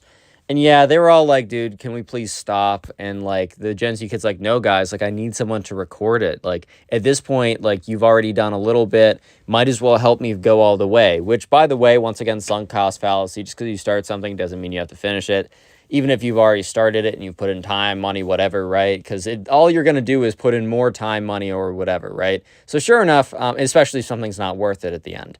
Anyways, right, so they're walking and the Gen Z kid takes them outside. And at this point, like, there's just so many possible terrible things he could be doing that, like, I don't know, the subscriber Luke is like, please spare me from this. Yeah, so let me give you guys a little bit of a hint. So outside, dogs will be walked, and if you're not like a good pet owner, you will probably leave their number 2 sitting around. As a good pet owner, I always do my best to pick it up. You know, you got to pick it up with a bag or a scoop or whatever. Just good for the rest of your neighborhood, right? But let me just, that's your hint. And also, let's just do the secret word of the day right now. So if you made it this far into the video, go ahead and comment dog down below. And while you're down there, make sure, if you haven't already, to check out the pinned comment, as there are 2 links. One to the Spotify page, in which I upload all these stories as podcasts. Go help me out, and if you listen to Spotify, listen to these stories on there too. Follow me on there. And also subscribe to the other channel that's linked in the description. That is my Storytime animated channel. I think I'll have another one out this week, but I don't know. I got a lot of stuff to do, man. We'll see. But I am posting basically weekly on there. Anyways, let's get back to it before I kind of diverge too much. Yeah, so anyways, right, sure enough, the Gen Z kid, I'm not even going to go into great detail because I'm not trying to gross myself out either. But anyways, he brings them outside. He brings them to the place where people normally let their dogs go do their business and not pick it up. At this point, Luke is like, no. And all the other kids are like, dude, no. And the Gen Z kid's like, guys, I need to do something crazy. I want to go viral on TikTok. I'm not going to go viral by, I don't know, licking the wall or licking a book. Like, that's not going to make me go viral, man. Do you want me to be happy? Do you want me to be happy? Which arguably, yes, they do, because they don't want you to go to the actual hospital, which he ends up having to go to, as you guys will see. So, you know, they wanted him to be happy. And also, there's no guarantee this video will blow up. I mean, honestly, like, you could post one thing I like that's just true about a lot of social media platforms or just media platforms where you can publish. a lot of times you can make a video that's a lot better than someone else's, but someone else's will just get more attention. There's a lot of factors, but sometimes it's kind of just random. I mean, it really isn't random the more you look into it, but there is, at least in the very beginning stages, there's a bit of luck involved. So you could put 1,000,000,000 years into one video and it might get 10 views. But yeah, so this might even be for nothing, as a little bit of a foreshadowing right there that it might all be for nothing. But I don't want to divulge exactly how much for nothing it actually was. So yeah, sure enough, the guy's like, I need you to record me right now. Yeah, so one of the guys recorded him, licking something that comes out of a dog, but right. And Luke, he's just turning away. For all Luke knows, honestly, even though he saw the video afterwards, for all Luke would have known, he didn't do it because Luke wasn't even paying attention. He turned around. He knew that Luke was like, I'm actually going to have to run to the bathroom and puke if I watch this. This is so disgusting. Which, guys, let me just tell you a little something. In evolution, or like we've evolved, right, to have kind of like natural mechanisms. When you're grossed out by something, that's probably your body like evolving to make you not want to do something. There's a reason why all these things are gross, because they're also dangerous for you. You can get super sick, as we'll see in 1 second. Yeah, so anyways, the Gen Z kid's like, all right, guys, well, I hope you had fun today. And everyone was like, oh my God, I'm going to be sick. I'm reconsidering everything. Yeah, so the thing is, the subscriber doesn't see the Gen Z kid for most of the day. However, they're in a big class at the end of the day together. It's like a relatively large kind of lecture type class or whatever. Or it's like a big math class with not a lot of in-person. So there's a lot of kids, and it just happens to be the case that the Gen Z kid and, the subscriber Luke are in the same class. So anyways, let's skip ahead till then. Oh, by the way, the Gen Z kid did post on his TikTok account the video. And the video got like 15 views in an hour, which, let me just say that, first like hour performance doesn't always indicate how well a video will do. I've had plenty of videos get like, 1,000 views in the hour and then end up getting like, 500,000 after a year. Like that happens all the time. However, it can also be a pretty good indicator. Like if people aren't engaging with your video, they probably won't engage with it later. But anyways, right, so it's got like 15 views in an hour. And so at this point, Luke was actually kind of curious how the Gen Z kid was doing. So Luke sits down in his seat and he looks at the door and he sees the Gen Z kid walk through the door. The Gen Z kid comes in. He is pale. Bro has actually lost all the blood in his face. Yeah, so Luke sees the kid come in. He's pale. He's sweating. And the Gen Z kid actually sits down kind of close to Luke. Not like right next to him, but pretty close to Luke. So yeah, Luke looks over and he's able to see the Gen Z kid a lot closer up. This kid is like, all the blood is drained out of his face. He's sweating buckets. He just looks terrible. Like obviously there was something gross that he ate that's now messing with him. So like Luke turns over and like is like, yo, to the Gen Z kid, are you good, bro? And the Gen Z kid's like, yeah, I'm okay. And he basically said it in the most not okay way manner that someone could do. Like if you were told to say something in the tone of like someone who is on the verge of dying, then that's exactly how you tell it. But he tried to say I'm good he said I'm good with his mouth, but he said I'm not doing good with the rest of his body. So yeah, Luke's kind of concerned, and in the back of his head he's like, do I just call a paramedic? Like I know what's up with this kid. And it doesn't seem like he's going to turn himself in. Or not turn himself in, that's probably the wrong terminology. I meant more like, get himself the help he needs, right? So Luke's like, all right, I got to pay attention to this kid. And so class starts going on, and he looks over. This kid is sweating more. Somehow he looks even more pale, which he didn't even think was possible. And Luke's like, all right, this isn't good. This is not good. Okay, maybe I should really consider doing something. Like this actually seems like it might be a problem. So yeah, Luke is looking, and at one point, he looks over, and the the Gen Z kid, his eyes are like kind of like closing, almost like he's like about to fall asleep. And then the Gen Z kid literally collapses and just falls onto the ground. The whole class goes silent. Everyone turns around to see the Gen Z kid on the ground, and the teacher's like, is everything okay back there? Which, like, obviously not, bro. So yeah, anyways, right, Luke at this point thought, okay, I should really step up. So when the teacher walks back, Luke's like, hey, like I just want to let you know, I think I know what's wrong with the kid. And the teacher's like, yeah, what's up? Like, this kid just fainted. And Luke's like, all right, well, I know that he was like going around like licking really gross things for attention today. I think he probably licked something a little bit too gross and like, I don't know, it got to him or something. He should probably get checked up. Like, he probably needs fluid or something. So yeah, sure enough, the teacher's like, oh, okay, yeah, this could be serious. Teacher goes ahead and calls like the nurses. The nurses come over. They decide, okay, this is out of we can't just throw a bag of ice on him and call it a day. Like, we got to actually do something. So sure enough, they go ahead and they call they call like the actual ambulance, whatever. They call the actual hospital. So sure enough, ambulance comes. Dude stretched out of class. Like, class is over basically at this point. Everyone's just sitting in their seat talking about what's going on.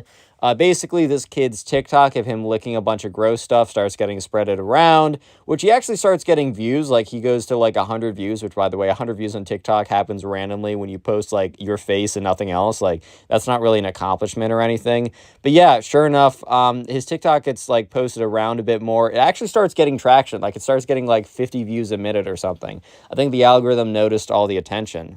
But here's the thing. Here's the plot twist, guys. So the TikTok got deleted because it broke community guidelines, bro. He was starting to blow up, and then he got yeeted, which I mean, you posted something like super vile. I understand why it got taken down. So yeah, the Gen Z kid went to the hospital. They gave him some like antibiotics or something, gave him some like fluid or whatever through IV, and he was actually good after a couple of days. But bro definitely learned his lesson, and it was like the most ironic thing was the fact his TikTok got deleted. If you want to support the channel, make sure to go ahead and watch one of the videos on screen right now, and peace.